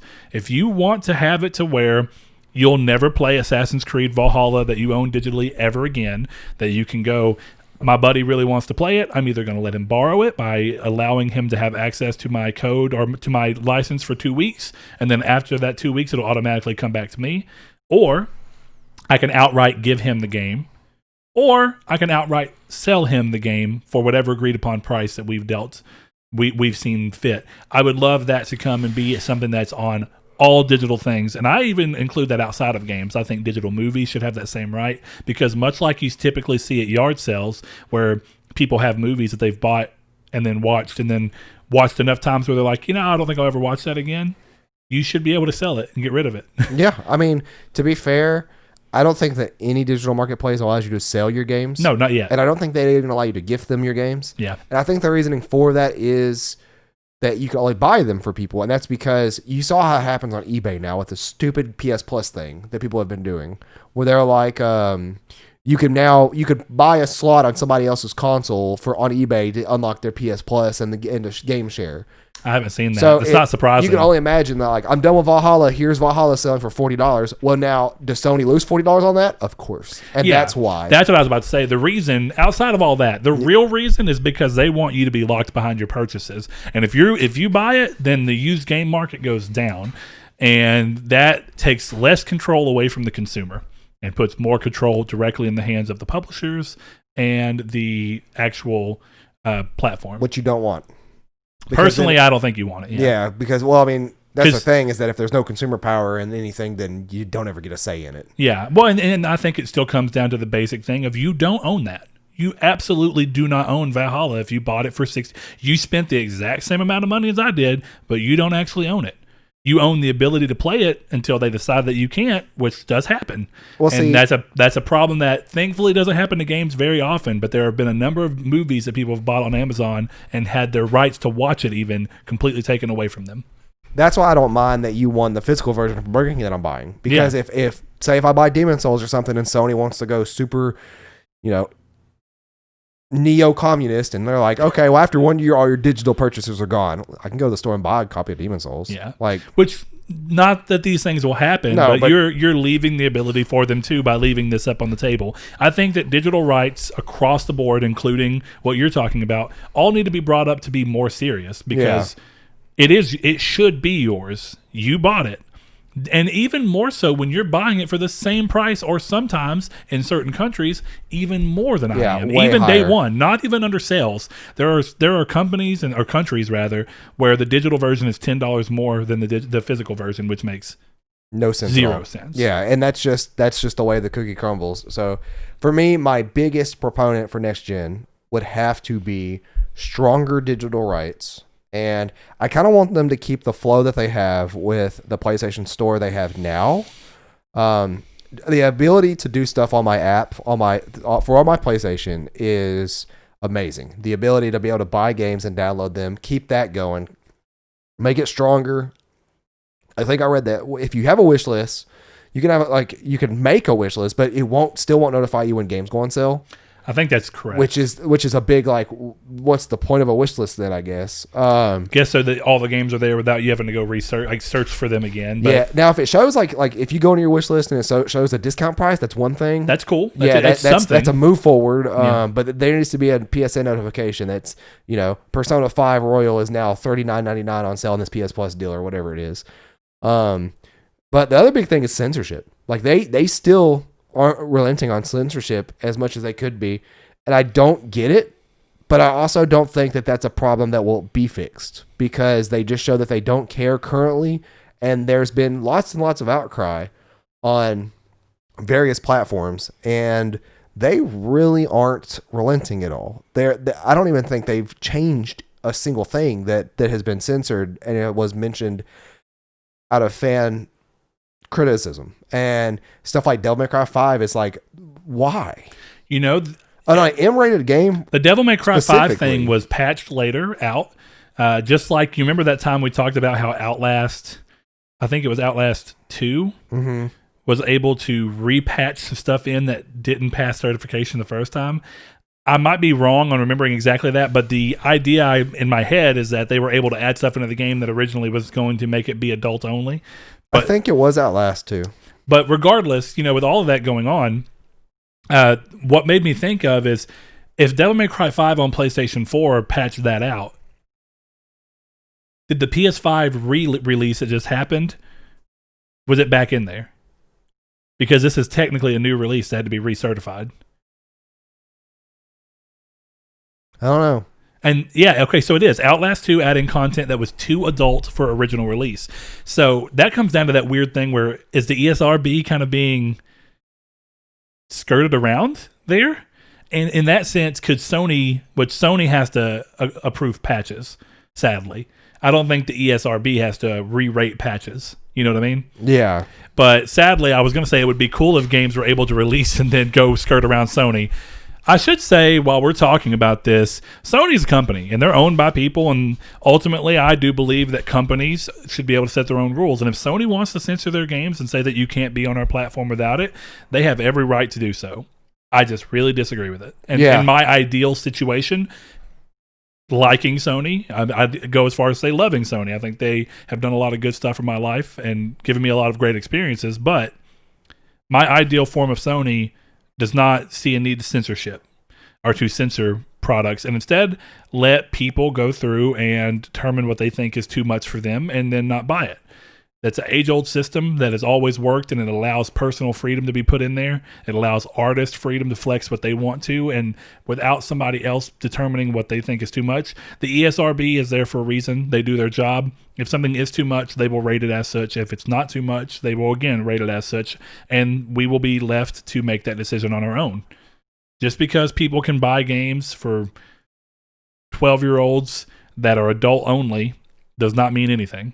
I wish companies in general would just start manning up to all consumers. And like, even that means them to tell us for shutting up for having to run the company, fine. But like for me, I can't stand whenever I see articles that say like, you know, this anime girl should have been uncovered, or like Devil May Cry 5 was correct for, or shouldn't have done this or that. I wish companies would just start reaching out and be like, shut up. This is our game. We did it this way for a reason. Or even Sony to say, listen, this is, you know, if it's not a Sony game, like Devil May Cry 5, right? Sony, all they need to say is, we are a platform in which people can choose what experiences they want to play. Yeah, choose something else. Choose something else. Yeah. And then that goes back and says, hey, you go to Capcom, and then Capcom can say, this is our game. We made the decision over what we wanted to make. And that's why, you know, I had a discussion with Chris the other day about Square Enix choosing to self-censor before it ever gets to Sony. And he even said, like, he doesn't agree with censorship either, but he even said if he was Square Enix, that's probably what he would do. Because if you're going to get censored in the long run anyway, wouldn't it make more sense to make a department within your company on one of your biggest platforms, PlayStation, to go ahead and kind of look and go, what do we think is going to be an ethical problem in terms of either outright real ethics, which does have a benefit, or what do we think is going to be a problem to where Sony will delay this game, up our development cost where we have to change something because we did not get it approved, and then we have to repay for certification. If they can go ahead and say, maybe Tifa's cleavage is going to be a little too much here, let's back off on that, or this will be too much leg, or this person does this, it does make sense for them to self-censor. And while I'm upset that that's the reality of what we have to come to, at least it's not Sony coming back and saying, hey, this is what you made. We don't like it. Change it. Yeah. And even then, though, it's just my thing is that at that point, the consumer wouldn't know that this was censored, but it gets uncensored in other territories and not. Just make it one thing. Well, see, that's, I think, Square ends up, because of what they're doing, it will be one thing. It would be censored across the board. The shame is the smaller developers that we see making like those Kinrin, or what are they? Kagura, what is it? They're a marvelous AQ game. Is it Shinrin Kagura? Shinrin Kagura, I think, yeah. Shinrin Kagura, okay. That's some real super anime thing with a bunch of where they get scantily clad women. They get censored here, but not in the East. Well, they get censored specifically on PlayStation, but when you were able to buy the games on Switch, they were not. Yeah, and it says a lot when the company that prides themselves on being the family system will not censor games and instead just let it come out. Yeah, I mean that's but Sony, who's supposed to be the adult gaming system. Well, it's unfair, is what it kind of boils down to. Is that like how some things are censored on one thing but not the other? Just make it consistent, and I guess that's my complaint. But that's pretty much that's my goals right there for next gen. Man, you have very easy goals, and that's cool. I do. Mine are pretty easy too. My first one comes up, and it's something that has been just going around through a lot of people, with me talking with different listeners, talking with some of my friends who've finally gotten a PlayStation 5 and are doing so, is that I hope that this gen sees us get back some of the features that PS4 had that PS5 naturally has lost. And I don't know what it is, but it seems like every company has such a hard time keeping features on that were part of the UI level moving forward and iterating on in a way that moves forward. Instead, you have this thing to where you have Sony having finally, we have PSP and PS3 eventually got themes, but they had never been done before. So the fact that they came later was cool. But for some reason, when the PS4 launched day one, no themes. PS Vita launched day one, no themes. PS5 launched day one, no themes. Even after you spent time getting Vita to where you could put basically themes on it, and PS4 where you could put themes on it, and now we're taking another step back with PS5 back to no themes. I understand at the end of the day The most important thing should be that your UI works and functions correctly. But if you've been working on this as long as they often talk about, there's no reason that these very basic things of customization that let people make their console feel like theirs should not be available day one. So that's just on themes. My other thing, and Saul, you're not too familiar with it yet, so I know you don't quite know, but one of the features that I'm really missing from the PS4 is your ability to hold down, bring up the quick menu. Yeah. Go to the game, and then it brings down the ability for trophies. You can click on that, and without going away from the game, you see all the trophies. Right. Like how it is now on PS4. And it's automatically set up to where the ones you haven't earned are on top, so it makes the most sense. If you're looking at trophies, you're probably wanting to look at the ones that you don't have yet. On PS4, or that's PS4. On PS5, when you open the menu, you sometimes, depending on the game, will have a trophy on one of your cards. Other times, it doesn't think that that's one of the cards that you need to see. So you have to go down, scroll over to your name, click it, hit trophies, and then it takes you away from the quick screen into the full screen version of trophies. And you have to go through and do that. Now, the system works a lot quicker, so it's not the worst thing, but now I'm having to do more steps for something you had already perfected over the 7 years with PlayStation 4. Yeah, why would you regress that? See, and while I haven't had a chance to experience the Series X completely by myself, and Microsoft changes UI so often, but if nothing else, I appreciate that Series X, its goal going in was to mostly iterate on the One X's and the original Xbox One UI and move forward with something that's really similar, and then also update the Xbox One and One X to include that same UI. Whereas Sony is doing something where it's similar, but there's so many things that are taken out as a result. Whereas the new update of the UI on Xbox One that I have fiddled around with, which is supposed to be the exact same as Series X, just you don't have the SSD speeds, is much more like what it was before it updated than what we have here. And it just sucks. I don't know why there's that need. You know something I haven't gone and looked at? And it might already be answered, but I am fairly positive that the PS5 did not launch with a system-level ability to change your controls, which was something that was a really great move. In the accessibility menu on the PS4. Yeah. I almost want to look that up so that I'm not lying, but I don't think I've seen it. You would think that with how highly The Last of Us 2 has touted the accessibilities in there, you would think that the PS5 would have something as well.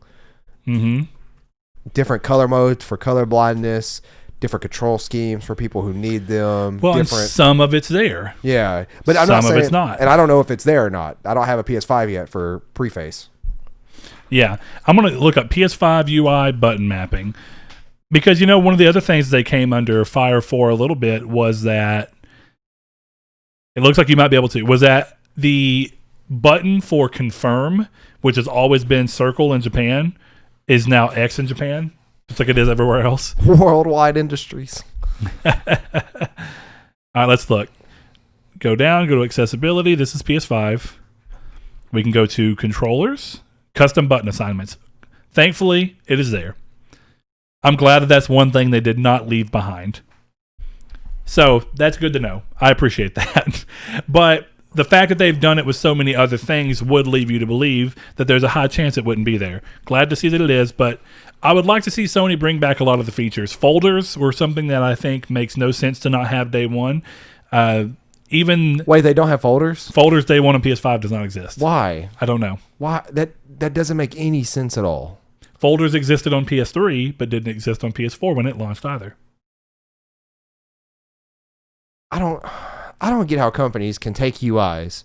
Say if you go from a new phone to an old phone, or an old phone to a new phone, phones, consoles, cars, whatever it is, and regress in such easy steps. Everybody I know uses furious. Folders. I don't, but everybody I know other than you uses folders. I know that's true. Even if it's just putting Sony's apps in one folder.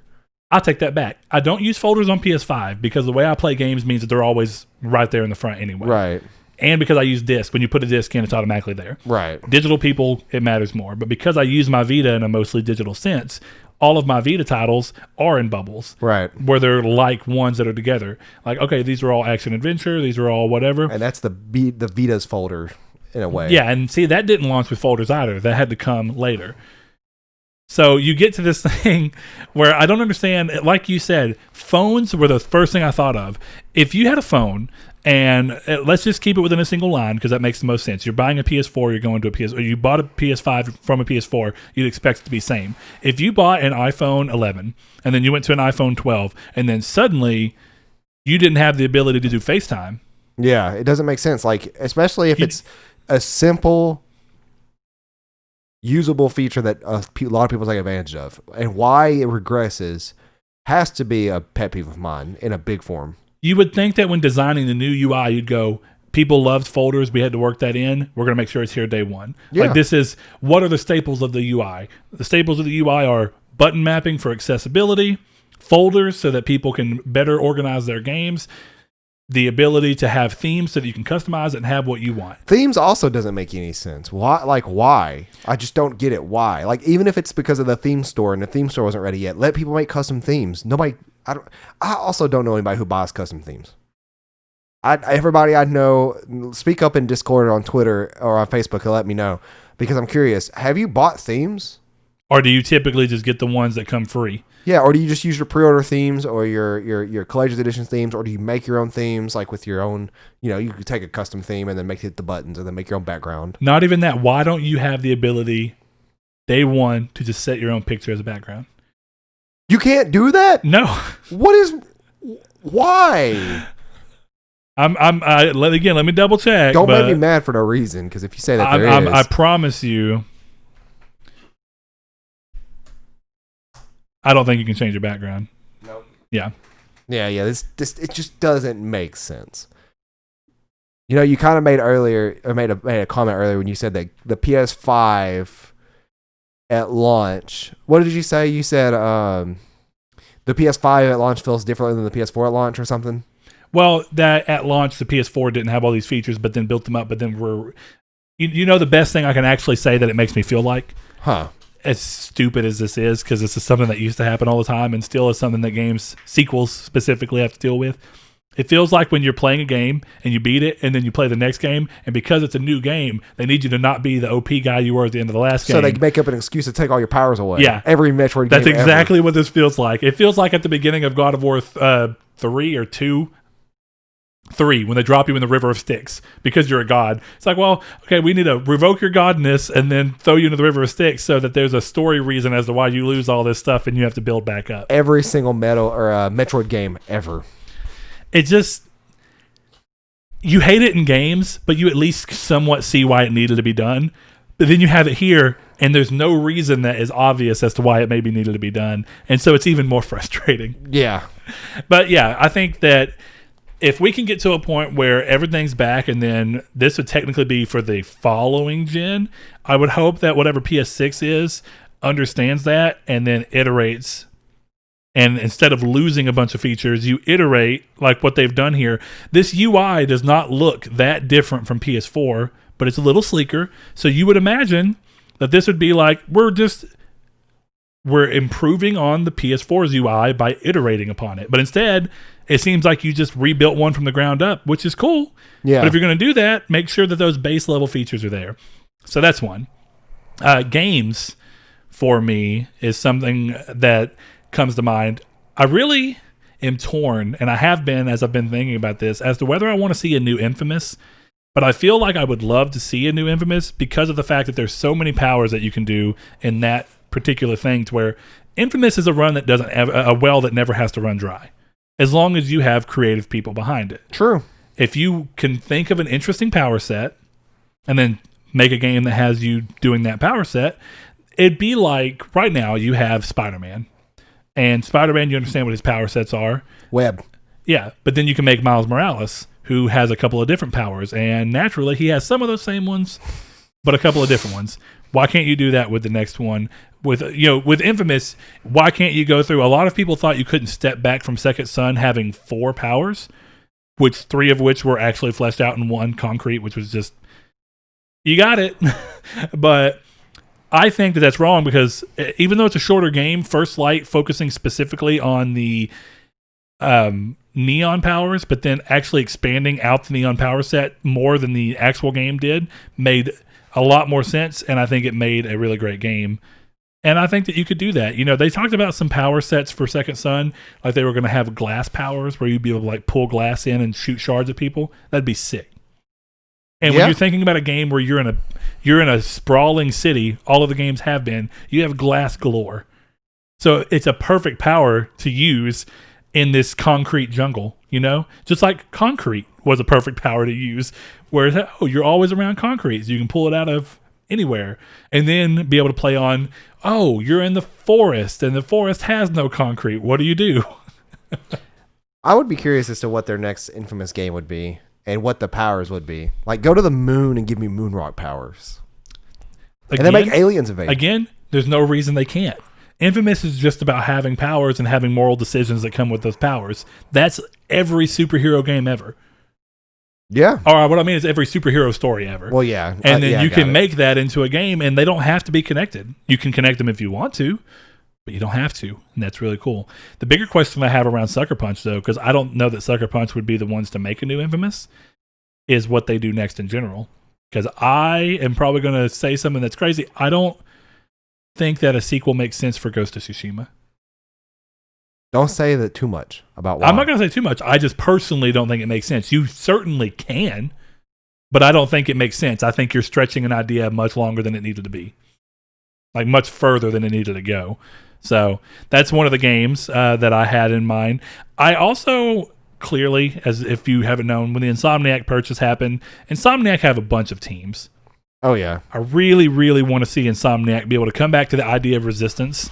And I would love to see, after a full generation of Sony not having a single first-person shooter outside of Killzone at launch. What does that look like? What do we get now?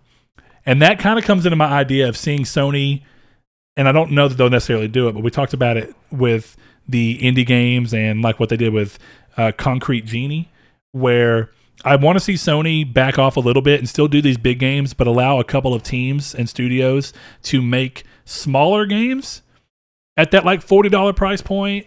Definitely now that they've moved up to that $70. Like, what are you going to just give me a first-person shooter game with a really great 15-hour campaign that pushes some limits, has a great story, and costs $40. No multiplayer. Or give me one with multiplayer and cost $60. I don't care. But be a little more free with how you let people go. Because while I love the Sony game, at the same time, I love the idea of Sony moving away to where when they announce a game, you're not like, oh yeah, third-person action adventure. Yeah, and kind of oversaturated. What, the third-person action adventure? Yeah. Now, I know that the worry about like the first-person shooter. That's just an example, by the way. There's plenty of games that Sony have made that are not necessarily falling into that same thing. Like what we're seeing with Sackboy: A Big Adventure. That's awesome. Seeing them do platformers, that's very unlike Sony. We've seen a couple of examples this gen, but not a lot. But yeah, I want to see them be a little more...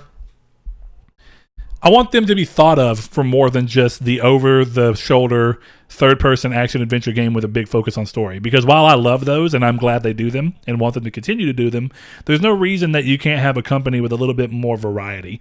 And I feel like while PS4 might have been an overall better gen for games in terms of how they rated and how they stuck with you, I think that the best mix we've had from Sony so far was PS3. They had a lot of really great story-driven games that were that third-person action-adventure game. They had a lot of ones that were open-world games with like Infamous 1 and 2.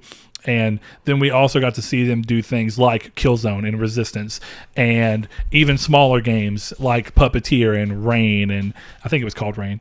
But Concrete Jungle even, you have those things where when you thought about a Sony game during the PS3 era, you didn't immediately think third-person action-adventure. Right. But you do now. True. So that's one of mine. I mean, that's one of my big things. For you in particular, though, do you have any studio acquisition that comes to mind? Because I know you didn't have a lot of games. Nuh-uh. Is there a studio that you've seen anybody working with, be it Sony, Xbox, whatever, that when you look at it and think, they just make sense together? That's not already happened. Xbox has been on a buying spree. Other than Blue Point. So Blue Point. Yeah, that's the only one. Yeah. Blue Point and or Kojima.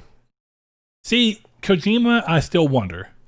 And what his next game gets announced for will be a big tell as to whether he's going to just keep being a de facto Sony studio without actually being owned by them, but still releasing his games on PC, or if his next game goes multi-plat. That'll tell a lot. But I don't know, because it's already... Can you imagine what it would be like if he uses Decima for his next game and then it goes on the Xbox Series X? Interesting. Yeah, that would... Can that happen? I don't know. Is that allowed? That depends on the contractual agreements that they made. Clearly, because they had plans for Horizon PC, and even if they didn't at that time, they contractually allowed Decima to be used on PC. True. Contractually, you know. Yeah. They said, hey, you're going to make your game. It's going to come out on ours first, but then you can release on PC with the same engine. So, not saying it's impossible, but if he likes that engine and he's still been working on it, and, you know, he put so much work into that engine to begin with, does he drop that to be able to go multi-platform and build a new engine from scratch or go Unreal? Or does he keep doing it and stick with Sony and PC as his only platforms? I would think that, yeah. I would think he would stick with Sony and PC. I still think that Sony would buy his company, and then make that a contractual thing, like where his games still appear on PC 4 months after launch or whatever. Whatever it be, but still own him outright. Yeah. I shouldn't say that. That sounds like a weird way, because I'm sure that's why he didn't want to be with Konami, who probably owned him as far as he was concerned. True. But you can own Kojima Productions and still be given a level of creative freedom. Yeah. And I think that as long as Sony gives him that creative freedom, it'll be fine. And I wonder if he feels like he has any reason to believe that they didn't. You know, because like I don't think it was necessarily, which it is what it is. Kojima's made games for other systems, but I wonder if the reason that Metal Gear Solid went multi-plat was because of a push from Kojima, or if it was from a push from Konami. Because the only reason I say that is that would be more indicative of if there's ever been a time where Sony and Kojima were not in perfect, you know, side by side in a boat where they don't feel like they've ever wronged each other. I don't know. That's a good question. The fact that he would leave Konami and then immediately go to Sony makes me think that he had never had a bad experience with Sony prior, though. Because if you just left an abusive company, why would you go into a relationship with a company that you know has done you wrong before? True, but then again, why go in with just the off chance that it could happen? Yeah. Even if there wasn't any wrongdoing before. Yeah. So it's interesting to think about. But that's the only... Realistically, this next gen has kind of already been molded by this previous gen in ways that I've grown accustomed to, I guess. So it's realistically only further into the digital rights for me. That's really like that, and censorship and maintaining the level of quality that is already currently present with this generation, or this, you know, generation 8, I think is my only hopes and like wishes, because I know that they'll keep making high quality games. I know that game developers that are currently making games that I'm looking forward to are still in development. There's backwards compatibility, which is all that I would have asked for if this was the thing. Realistically, yeah, like it's just keep this train going at this pace, and I think we'll be fine. I have one for you, but before I get there, while we're talking about Blue Point, just because it's the thing of this, right now it's the hot topic for anybody who likes this. It's kind of a dual thing. So first of all, throughout this next gen, do you hope to see what started in the PS4 gen with remakes continue to where we get more and more often, we get full-on ground-up remakes of games? Okay. Absolutely. I figured you did. What do you think? A, what do you think Blue Point is working on next? B, what would you like Blue Point to actually work on next? Metal Gear Solid for both answers. Is it because of the sound that happens in the Nexus, or is it just... I don't know what it is, but like I feel like there's something else they're working on. So either Metal Gear Solid for both answers, or Bloodborne for both answers. You think they'd remake Bloodborne? I mean, Bloodborne has problems. Like the frame in that game, the frame rate, the frame pacing, that's pretty bad problems. But don't you think they could just, which Blue Point used to do remasters, so it's not beyond for Blue Point to just remaster it. Yeah, if they were just remastered it, fine. But if they need to do a ground up remake, it would be Metal Gear Solid. Especially with the announcement of the casting for the movie, which was interesting. I saw that too. I like Oscar Isaac, and he definitely fits the part. So just to see if the movie's going to be any good. But did you see all the things that were saying he's going to be Solid Snake, and then they kept showing him? They kept showing him as Venom Snake. I don't get it. And they also said Metal Gear Solid came out in 1987 on the PlayStation. Okay, great. That's because that was totally out in 1987. Yeah. On the PlayStation. Now, Metal Gear was. Yeah, Metal Gear. But that was a Nintendo game. So was it a Nintendo game or was it the, what is that system called? Don't say Famicom or I'll smack you. Not Famicom. Okay. Oh, it came out on Nintendo, I think. I think that was Metal Gear. I think it was a multi-platform game, though, wasn't it? I don't think so. Let's see. Metal Gear. I don't know why I can't think of the name of that system from the original game. MSX. MSX, yes. Which I don't even actually know. Was it a console? I think it was. It's just a computer. Or was it a home computer? It's a computer, yeah. Yeah. Metal Gear came out in 1987 on MSX. And then later got taken to Game Boy and Nintendo. Yeah. Because I'm about to say, I know that whenever you played the original ones that came in the remaster collection of 2 and 3, that they were all labeled as the MSX games. And of course, I've never played them on an MSX, but... So it came out the same year on MSX and Nintendo, but then it didn't come to American Nintendo until 1988, a year later. Oh, okay. And then, of course, the next system it went to was the Game Boy. Interesting. Okay. For me, Blue Point, and I think that Metal Gear Solid's a good answer for a number of reasons, though it also... really what it is because Konami's not going to do anything with it, seemingly. And Konami is very uninterested in making games, and I don't know if this is actually true, but it would appear that Konami doesn't even have a development branch anymore. I'm not surprised. So if Konami was going to be doing this, they would be seeking out a independent studio to make the game, and then they would just be licensed. Technically not. It would be like a second-party game for Konami, where they'd bring in a studio to make their game. But if they can just have Sony go to them and say, hey, we'll either outright buy the license from you, which I think they have less reason to do, Konami does, but they have more reason to have Sony go to them and say, we've had a great relationship. Let's license the Metal Gear Solid series to us for 10 years, 12 years, whatever it be that they decide upon, and let us choose what studio we want to make it. And then Sony has the rights at that point to say, we're going to remake Metal Gear Solid 1.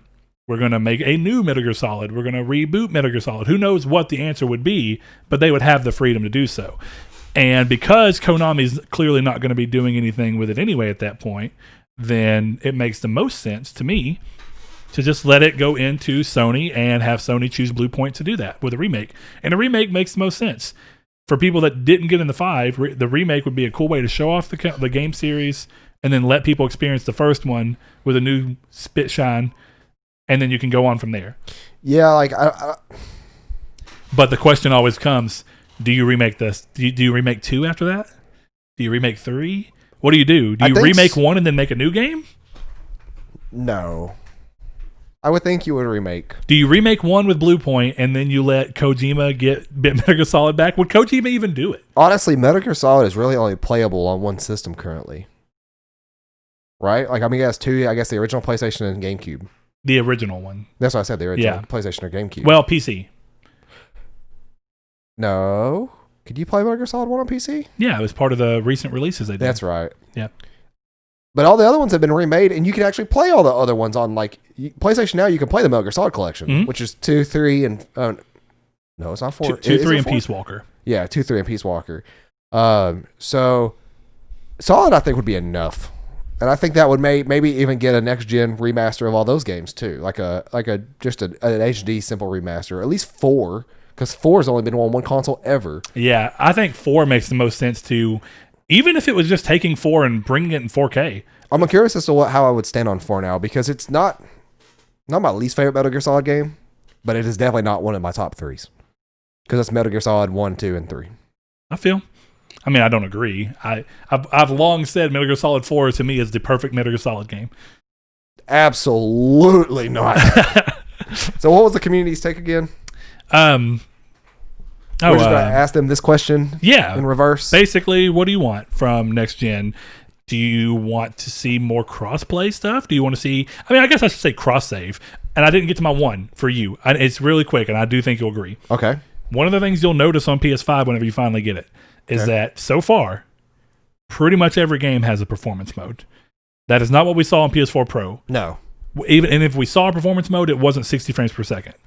Every one of them right now seems to be a 60 frames per second mode that mostly sticks there and stays there. Okay. Or a graphical that sticks to 30 and looks really great. I would imagine that for you, that would be something that I'm actually starting to go a little more towards you. It depends on the game still. But mainly 60 frames. I don't know if you noticed, last time you played my Demon Souls, it was 30 frames. It was 30. It was 30 frames of motion blur all the way on or something. And now it's 60 frames per second. Yeah, thank God. Because I noticed that. I didn't say nothing, but I was like, oh, see, thank you. He's learned the ways. And what happened is I played Spider-Man, a game that looked everything fine at 30. But since I had to do New Game Plus, I did like what I did with Hellblade. You just played it differently. Where I was like, if I'm going to go ahead and replay it anyway because the game's making me for a trophy, I'm going to play it at 60 frames per second. I left Miles Morales at one point at 60 frames per second, and I started up Demon Souls, and I was like, okay, see, this is the way of the 60 frames. Once you experience it and you get used to it, it's so hard to go back. Yeah, like Sackboy is 60 frames per second. Yeah. Which that's just a 60 frames per second game anyway. Those I would say it's less noticeable just because of how smooth those games already work. Like any kind of side scroller or platformer style games. But the second you go from like one third person action adventure or first person shooter to another and there's half a frame difference, you notice and you don't like the outcome. I am going to have a rough time playing Destiny on PS4 if I go back like next week to do a raid with PS4 people because it's going to be 30. So I really, come on, Bungie, why don't you just fix it on PlayStation 4 too? Make it 1080p 60. But do you remember why they said they couldn't? Bullshit ass reasons. Excuse my cussing. Like they took out half the game and then it's like, me and Joe were playing Gambit earlier today and I was like, you know what we haven't seen? We're playing Gambit and we were like, the Dreaming City map for game is really good, but why is it not? Why we haven't gotten it? We looked at it's Sunset. But guess what's not Sunset? The Dreaming City. So how does that make sense? Why is it out of the game and the Dreaming City isn't? I don't know, Bungie. Stockholm Syndrome's a biatch. I wonder, with all those things going on, one of the big hopes, and I think more people are getting into it, is that idea of letting your game be 1440p upscaled to 4K with 60 frames per second or whatever. So I think that performance modes that are specifically geared at 60 frames per second locks are going to be more common. I think as long as it's locked stable, 60 frames should be the go-getter nowadays anyways for the next gen. I shouldn't see a game in 30 frames per second on next gen consoles. Now, I'm not saying that there shouldn't be them on there. I'm just saying there shouldn't be if I buy a game for $60, should always be the option. It should always have an option of 60. I should never see 30 frames. But you know what they should see? Our Twitter over at Triangle SQRD. And you can follow us on there. That's where you can get engaged in all these fun communities take activities, as well as our Facebook group, Triangle Squared, a PlayStation podcast, and, of course, our Discord, which will be linked in the description below. If you want to support this channel, head on over to manscaped.com and use Triangle code. Why? Every time. Use discount code SQRD, save 20%, and get that free shipping. As well as hit up our Patreon, where you can choose a bevy of custom cases at $5 a month. And then after every quarter, you get to pick one. And you're like, that's a cool one. I want that one. And you get to support the channel. And right now, you get midweek matinee early access. You get and spoiler chats early access. So we're working on getting more content out there, which, part of getting more content means that we have to sacrifice other things across me, Saul, and now Chris being part of the show. So I don't know. That is your support outside of just your time is really important, and we really appreciate it for those of you who choose to do it. Yes. And I don't know if you saw it whenever I left my Google Keep up earlier, but it was filled with yellow bubbles of stuff. Those are all ideas of stuff where, granted that my HD60S works with the PS5, which I'm pretty sure it does, and granted that's not the issue that I had with Bloodborne's playthrough. Yeah. There's stuff coming that I want to do that I even have half of a script written for. But I think I'm only ditching anyways because I don't like scripts. I'm going to be more freeform. But we'd like to thank everybody who watches. Be sure to go to one of our 3 social media platforms and engage us with Community's Take, in which we're asking you, what do you hope for next gen? Let us know and hear them next week, which we'll see you guys again. Thank you all. Thanks, guys. And remember, share the show with your friends. Yes. But a shout out to our patrons. We have Kyle Grimm, Josh Jarrell, Matthew Green. My name is Dan, Luke Bartolomeo, Sean Santarude, Funk Turkey, Danny Villalobos, Corey Hickerson, Blake Popes, Kevin Baconbits, Eric McAllister, Shadowist, Steven Salazar, The Stonard, Rich, Constantly Kenny, Solitary Red, Chris Figs, Zachary Sawyer, Landis, Rude Days 93, Brian, Donovan Williams, William Digital Spooker, Derek Porter, Josh Ayers, Joshua Lago, Sean One Neo, Tyler Powers, El Chabib, Jason Clendenning, and lastly, Richard Schaefer. If you would like to support the show, head over to patreon.com/Nartech. I just want to see anime titties, Tony.